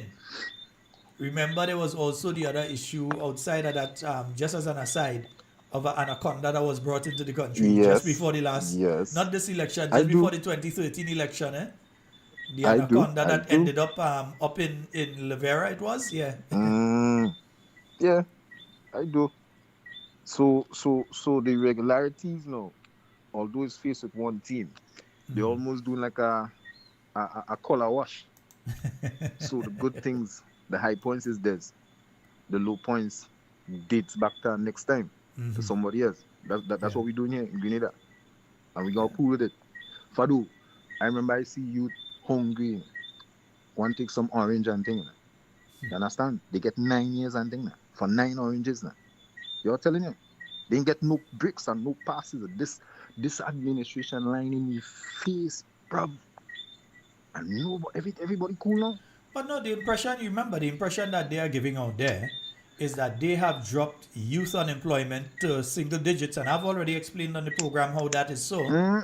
that they've removed everybody that leaves school Everybody from the eligible. workforce Yes, until you're and send them in 18. school. So they can no longer be counted among the employable. As a workforce, Yeah. exactly, as a workforce. Yeah. I So seen that too. I that seen would that too. that would decrease the number. Because remember, you have a lot of people that left school in 2022, 2023, 2024, 2025, 2026 in a couple of weeks. Ta-da. What program absorbed them? Where are these people? They have nothing from. It's people that taking care of them. Man. You understand? Because I they know take many away some people- couple workers from me now, and I still have to put money on their books. I know because many they pay them people- for months. I know many people unemployed right now, many. Unemployed right now. They're doing too much. I'm putting out a warning again for all the people that have the pseudo security meds. Gated communities would not be safe all year when the real job come around. All they're hurting too much people. All they're taking away the life savings. All they're taking away the dreams.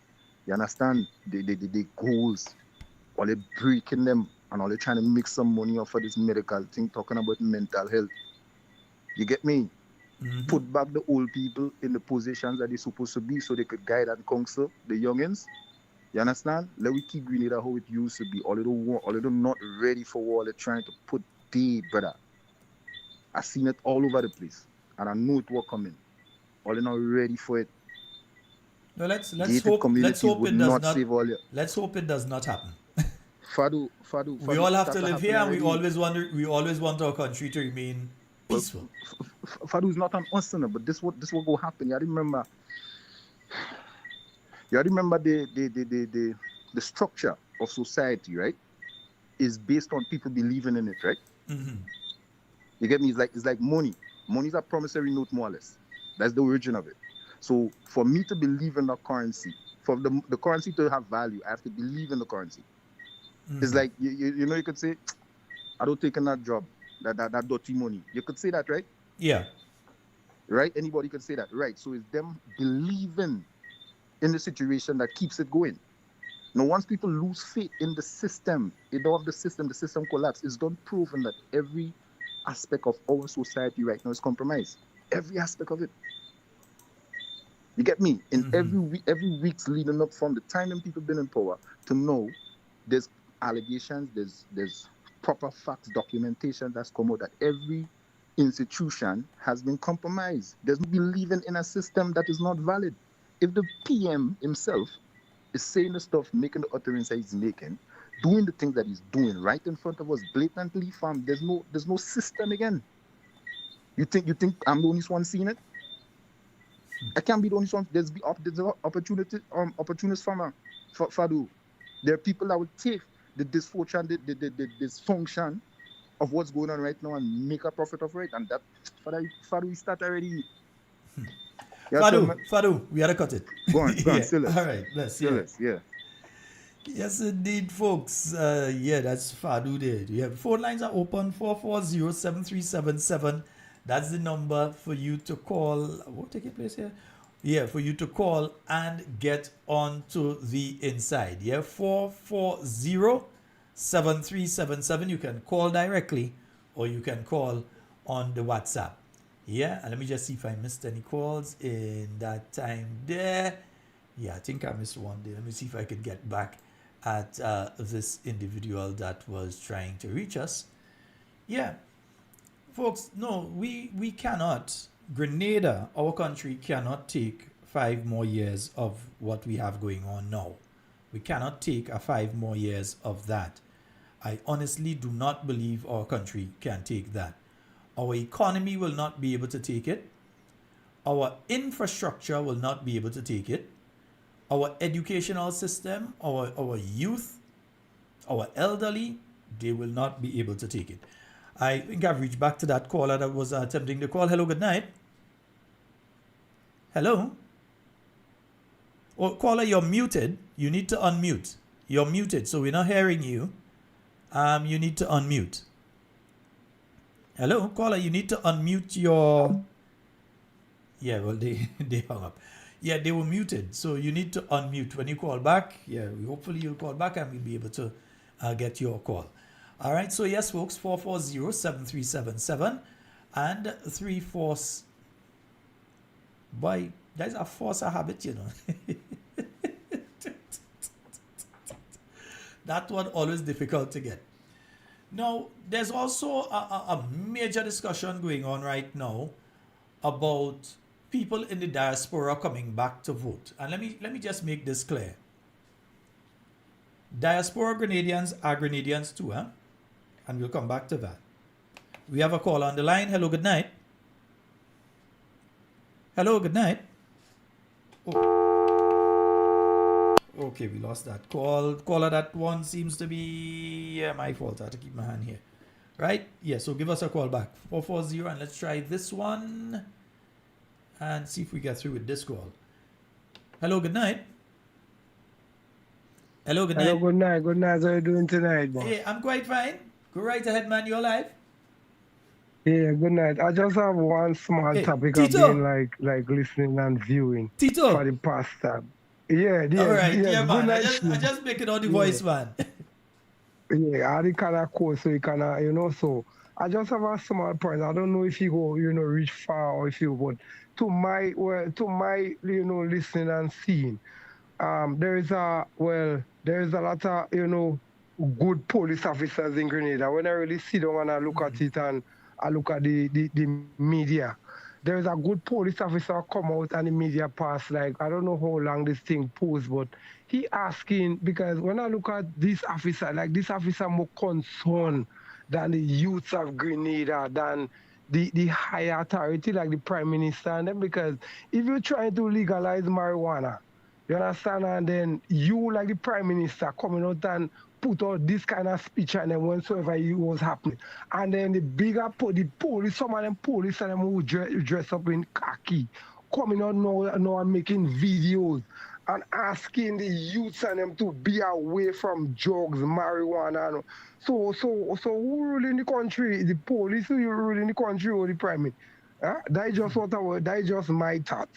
You understand? Because they say they're legalizing marijuana and now like them high police, them like that good police, like when some of them sit down and like they view that and they watch that and they pass around, like they think they see like majority of the youths right now, like in this marijuana, because they're trying to the government now in power, like they talk like the last time that they're trying to legalize marijuana. So I just want to know what's going on in Grenada. Mr. Sheldon, have a good night and thanks for having me. All right, my brother. Thanks. And before I go, I just want to say, good night and have some good night to my good MP, Miss Skita Lewis. Thank you very much, boss. All right, blessings. Yes, indeed. And look, one of the listeners is saying on the line here, there are still houses in Telescope that were built by the Sir Eric Gairy government. Those were one area of some housing with his housing schemes. Yes, so Sir Eric Matthew Gairy, yeah, he did housing projects as well. And there are many people that will tell you that he did housing projects as well. Yeah, and he developed some areas that were not even there yet. It's Sir Eric Matthew Gairy that went in there and tell people, yeah, you could get land here, they thing, only take land here, thing, land for the landless, all kind of thing, yeah? So that's how people get house. Come and talk about you thing more. You see, there's this, unfortunately, there is this perception of self-importance to the level that, okay, well, NNP didn't step to the plate last election and I get because that's what happened there. And we all have to take blame. NNPites, we did not step to the plate last election. Yeah, we did not do what we know we're supposed to do in the way that we're supposed to do it.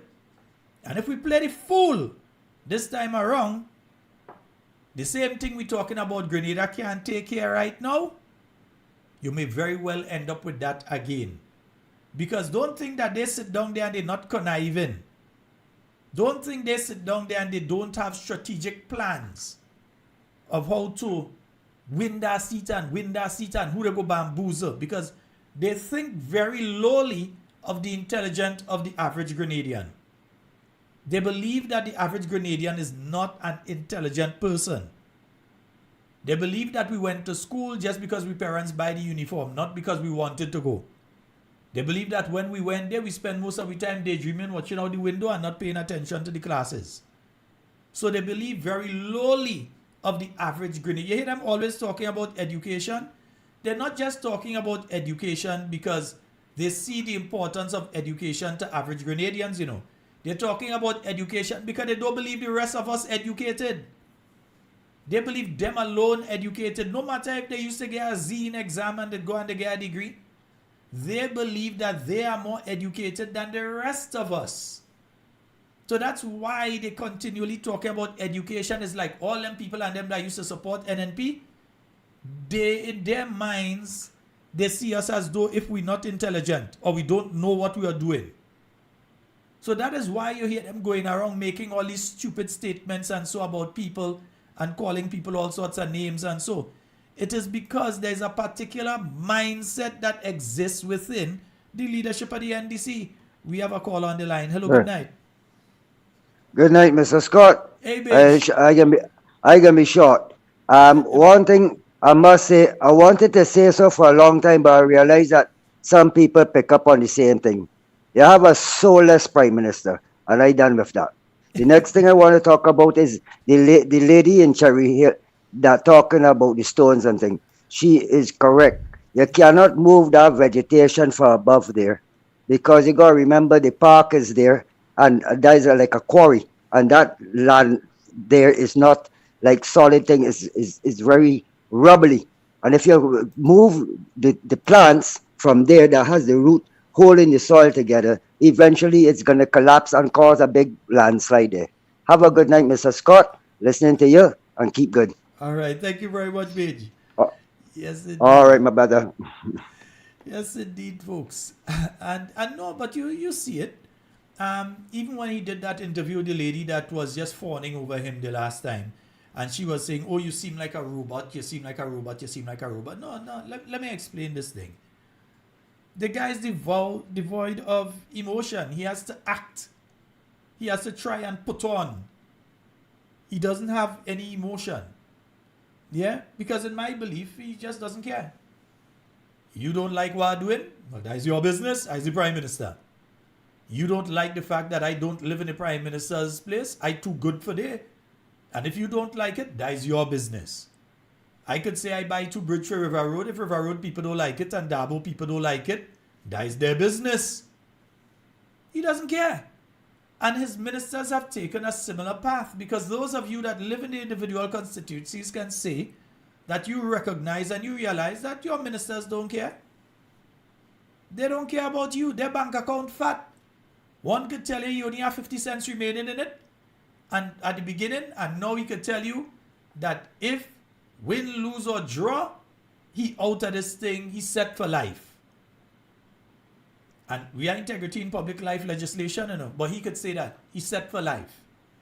I tell you, I did not believe this thing until I went to Carriacou and heard it from the people up there myself. That this was said in a meeting with the public servants. That win, lose, or draw, he's set for life. Imagine that. You have ministers that if you go back and check the government gazette from when people signed their nominations to become candidates for the general election, the MP for St. John had done unemployed. Candidate for St. John. 1. First job. Employed now. Ask yourself what her bank account looks like between then and now. And how on a minister's salary, especially if you are one of the people that care and are catering to the needs of the people, regardless of this constituency allowance they're giving and talking about, oh, they're giving everybody big allowance. Regardless of that, if you really care and concern for the people in your community, some of your salary does end up going to them. You know, believe me, some of your salary does go to them. So explain how some of these people suddenly are so wealthy. How some of these people are so, let me just say, their bank account looking fat, them looking fat. Yeah, the clothes that they wear to swearing back in 2022, they had to give that to a little brother or something. They can't wear that again. You realize what is going on with these individuals. And this is not a jab at their physical appearance. Me and care how they look. This is not a jab at their physical appearance. This is letting people know, pay attention to not just what they say, pay attention to what they do. Pay attention to how they treat people. So you see them coming around now with the false smile. Some of them don't even know how to come around. Because they're timid now because they know for 4 years they have done nothing for you. They know for 4 years they abandoned you. And just in the last few months when the Prime Minister started to tap them on the back and say, hey, I'm going with the thing, remember we into the last year there, I'm going with the thing just now. All of a sudden they find themselves starting to come into the community. All of a sudden they remember that they need to speak with you and they need to come different place. All of a sudden they realize those things. No, I don't take calls from private numbers. Please call with your number showing. Whoever is calling on the straight line right now, the rule is, if you want your number remain private, we will leave it private. We will not answer your call. Because that's what some of those NDCers want to do. Wait until the very end of your program and then call trying to derail it from private numbers. No, we want your number because all of us want to call you after and tell you what we have to tell you. So don't call from no private number. You're wasting your time. We won't answer. Yeah, folks. So I'm telling you that there's a particular mentality within this grouping. Don't think they're talking about education because they're so into education for your young people. They're so into education for even you. They're into education because they believe everybody in this country uneducated, so they need to educate people. That is what they think. They would not admit that during the new National Party, you got literally hundreds, well, probably into the thousands now, of scholarships, because between 2005 and now, so probably into the thousands of long-term and short-term scholarships to China. You have a pile of people in China now. It's not the NDC government get those short-term courses. It was the new National Party that secured that. That was back in the days of Madame Wu. Yes, Madame Wu Bokian. That was the person that started dealing with these things. You had ambassadors before her. But you rarely get the breakout in these things in her time. So you had all literally now into the thousands of scholarships, long-term and short-term, into China. You've had hundreds into Cuba. Yeah? You've had at various universities in the United States, and don't talk about the hundreds that were assisted into university at St. George University here. Now you have students that are asking me how they can get assistance. How can they get assistance? Yeah? And folks, we do have things that we have to sort out, and some of them is by Thursday. So, please. Yeah, you see that there? 20, 50, 100, what you have? 20, 50, 100. By Thursday, we have some stuff that we must sort out. Yeah, to ensure the program continues to flow smoothly. We just want to make sure that we do that. So please, by here. Yeah, you see right there? Yes, please. By Thursday, we need to sort out. So those of you that can, please do. Those of you that get to me another way, you know to call me, you know where to call me. You can call me and let me know what is up and what is happening. All right, folks. So, folks, yeah, we have enough time to take one more call. But as I said, me taking no private call. Stay private. Yeah. Yeah, so if the person had a call, you got a call right about now because we're getting ready to close off. But before we close off, let me just give you all some information. Quick. Lord, I nearly end up in trouble. No, so tomorrow night, there's no meeting tomorrow night, but there is one on Thursday. Let me just pull it up here. So there is a meeting on Thursday. Thursday night, we're heading up by Brother Bob. Yeah, we're heading up by Brother Robert White, and that will be NNP Village Connect. It is going to be taking place in Maday's Junction. All right, starting at 6:30. Brother Jelani Glean and Sister Kate Skeeter Lewis Peters will be there. So that's taking place this Thursday from 6:30 p.m. All right, and that's going to be out there in Maday's Junction, Brother Robert White. Yeah, and the new National Party team. No, it will not be broadcast. So those of you up in that area, you have to go out to the meeting. We will not be broadcasting. I don't think it will be streamed. So we will not be broadcasting that one. So you have to head on out to that one. Also, remember the St. George Northeast Constituency Branch. They have that activity. I just put it in here. Right. St. George Northeast Constituency Branch. they've got that the woman, they're having that Father's Day walk, the pre-Father's Day walk. So it's not on Father's Day. It's a pre-Father's Day walk that's taking place June the 14th. Assembly Point, they're assembling at the Tempe Junction for 2:30 p.m. and the walk begins promptly at 3 p.m. So they're moving from the DeKalb gas station all the way up to the Boca Pastia, where they will be having various health checks. So men, you could go and get your little health check and thing, do your blood pressure, your blood sugar and them kind of thing. Make sure all them thing good. Yeah, you had to take a little rest before you do them tests, but go up and take the thing. And not because it's a pre-Father's Day. Show the reason there's fathers. The children have to walk with them too. If they have to push a pram, they push a... Oh gosh, but I rode bad boy. But if you have to push a pram, you push a pram. Yeah? We walk in. We heading up our road to the Boca Pastia from DeKalb gas station. Alright, so that's going to be taking place June the 14th. I believe that is Saturday. Yeah, that's supposed to be on Saturday if I remember correctly. So wait, now Father's Day is actually... Oh yeah, so that's on Saturday. No, that's on Sunday. Yeah, so when is Father's Day? I don't even know when is Father's Day. I'm a father, but I don't know when is Father's Day. So that's on June the 14th. And that is going to be taking place there from 2:30, assembled at the Tempe Junction.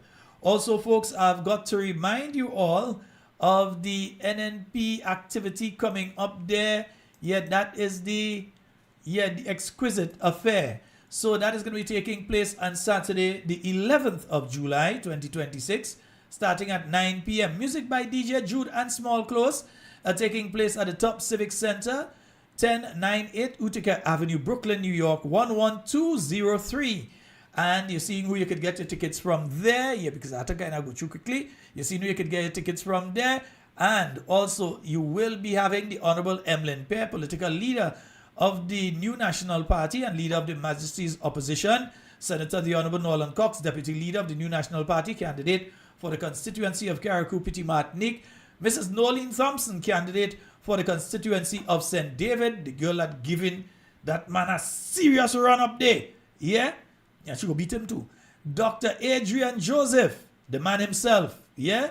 The candidate for the constituency of St. George Northwest and chairman of the New National Party, as well as other NNP executive members. Price of the tickets, only $125. Remember, that is taking place July 11th, starting at 9 p.m. And that $125 is all inclusive.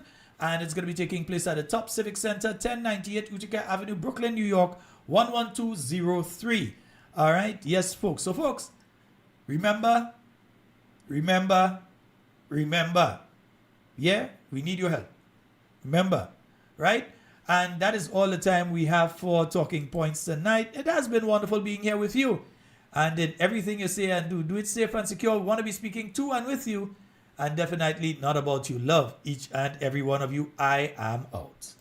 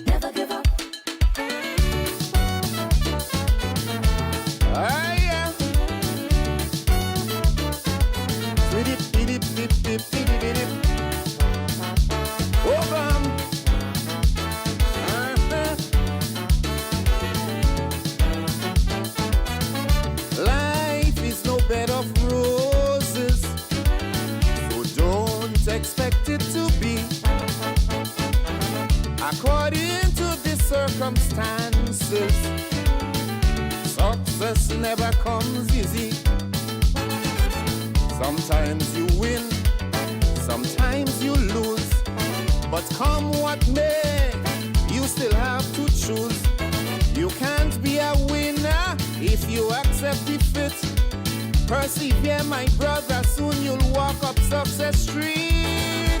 The victory go be real sweet. So though the feeling may be rough, never give up, never give up. Sometimes you'll feel you've had enough. Never give up, never give up. Don't let junk pressure steep your head. Forget old talk, stay focused instead. Never give up, never give up. You But every time you drop, pick yourself up, I tell you. Never give up, never give up, never give up. I say.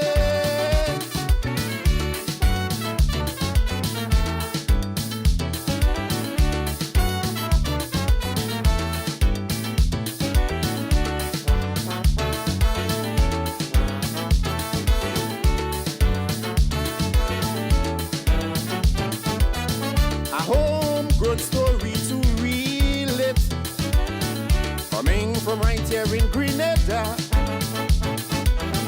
A young man we almost emulate, a decent young man of strong character. To Kirani James I say, we all have to tip we cap of us Olympic champion and show we on the map. From humble beginnings in the Isle of Spice, overcome obstacles with hard work and sacrifice. Now we feeling proud and nice. To Kirani James, yes, you're a star. Never give up, never give up. Always in our heart here in Grenada. Don't mind Mr. Merritt beat you twice. Remain focused, that is my advice. Fight and persevere. Yes, have no fear. In the end, my friend, you will win again. So never give up, never give up, never give up. I say.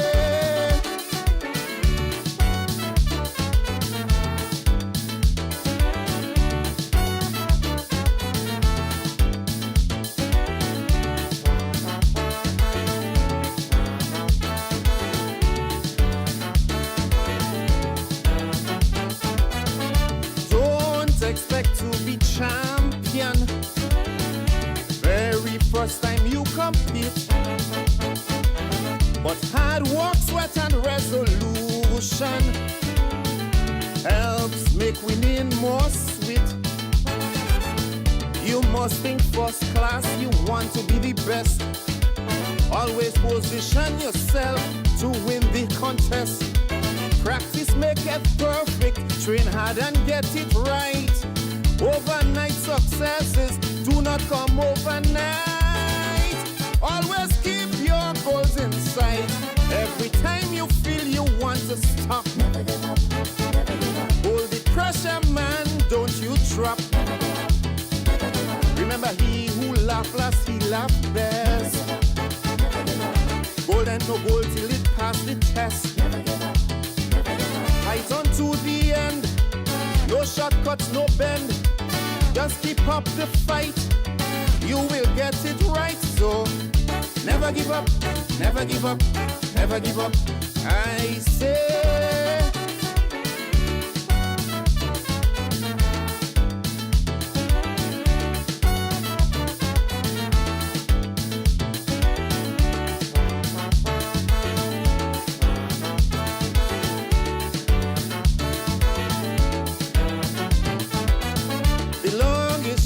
Starts with one stride, regardless how hard it may seem. To every rule, yes, you should abide. Every step is closer to your dream. From the present time to history of old, so many tried but failed to achieve their goal. Some were too lazy, some lacked endurance. Some too disrespectful, too proud and lack patience. So they never stood a chance. So though the feeling may be rough, never give up, never give up. Sometime you'll feel you've had enough. Never give up, never give up. Don't let oppressors steal your head. Never give up. Forget old talk, stay focused instead. Never give up, never give up. When you're feeling down, things will go wrong. But every time you drop, pick yourself up, I tell you. Never give up, never give up, never give up. I say.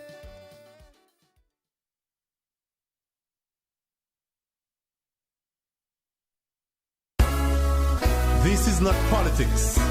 Please don't forget, I'm just practicing to be a poet. Not qualified as yet, but have no fear. I'm gonna get there.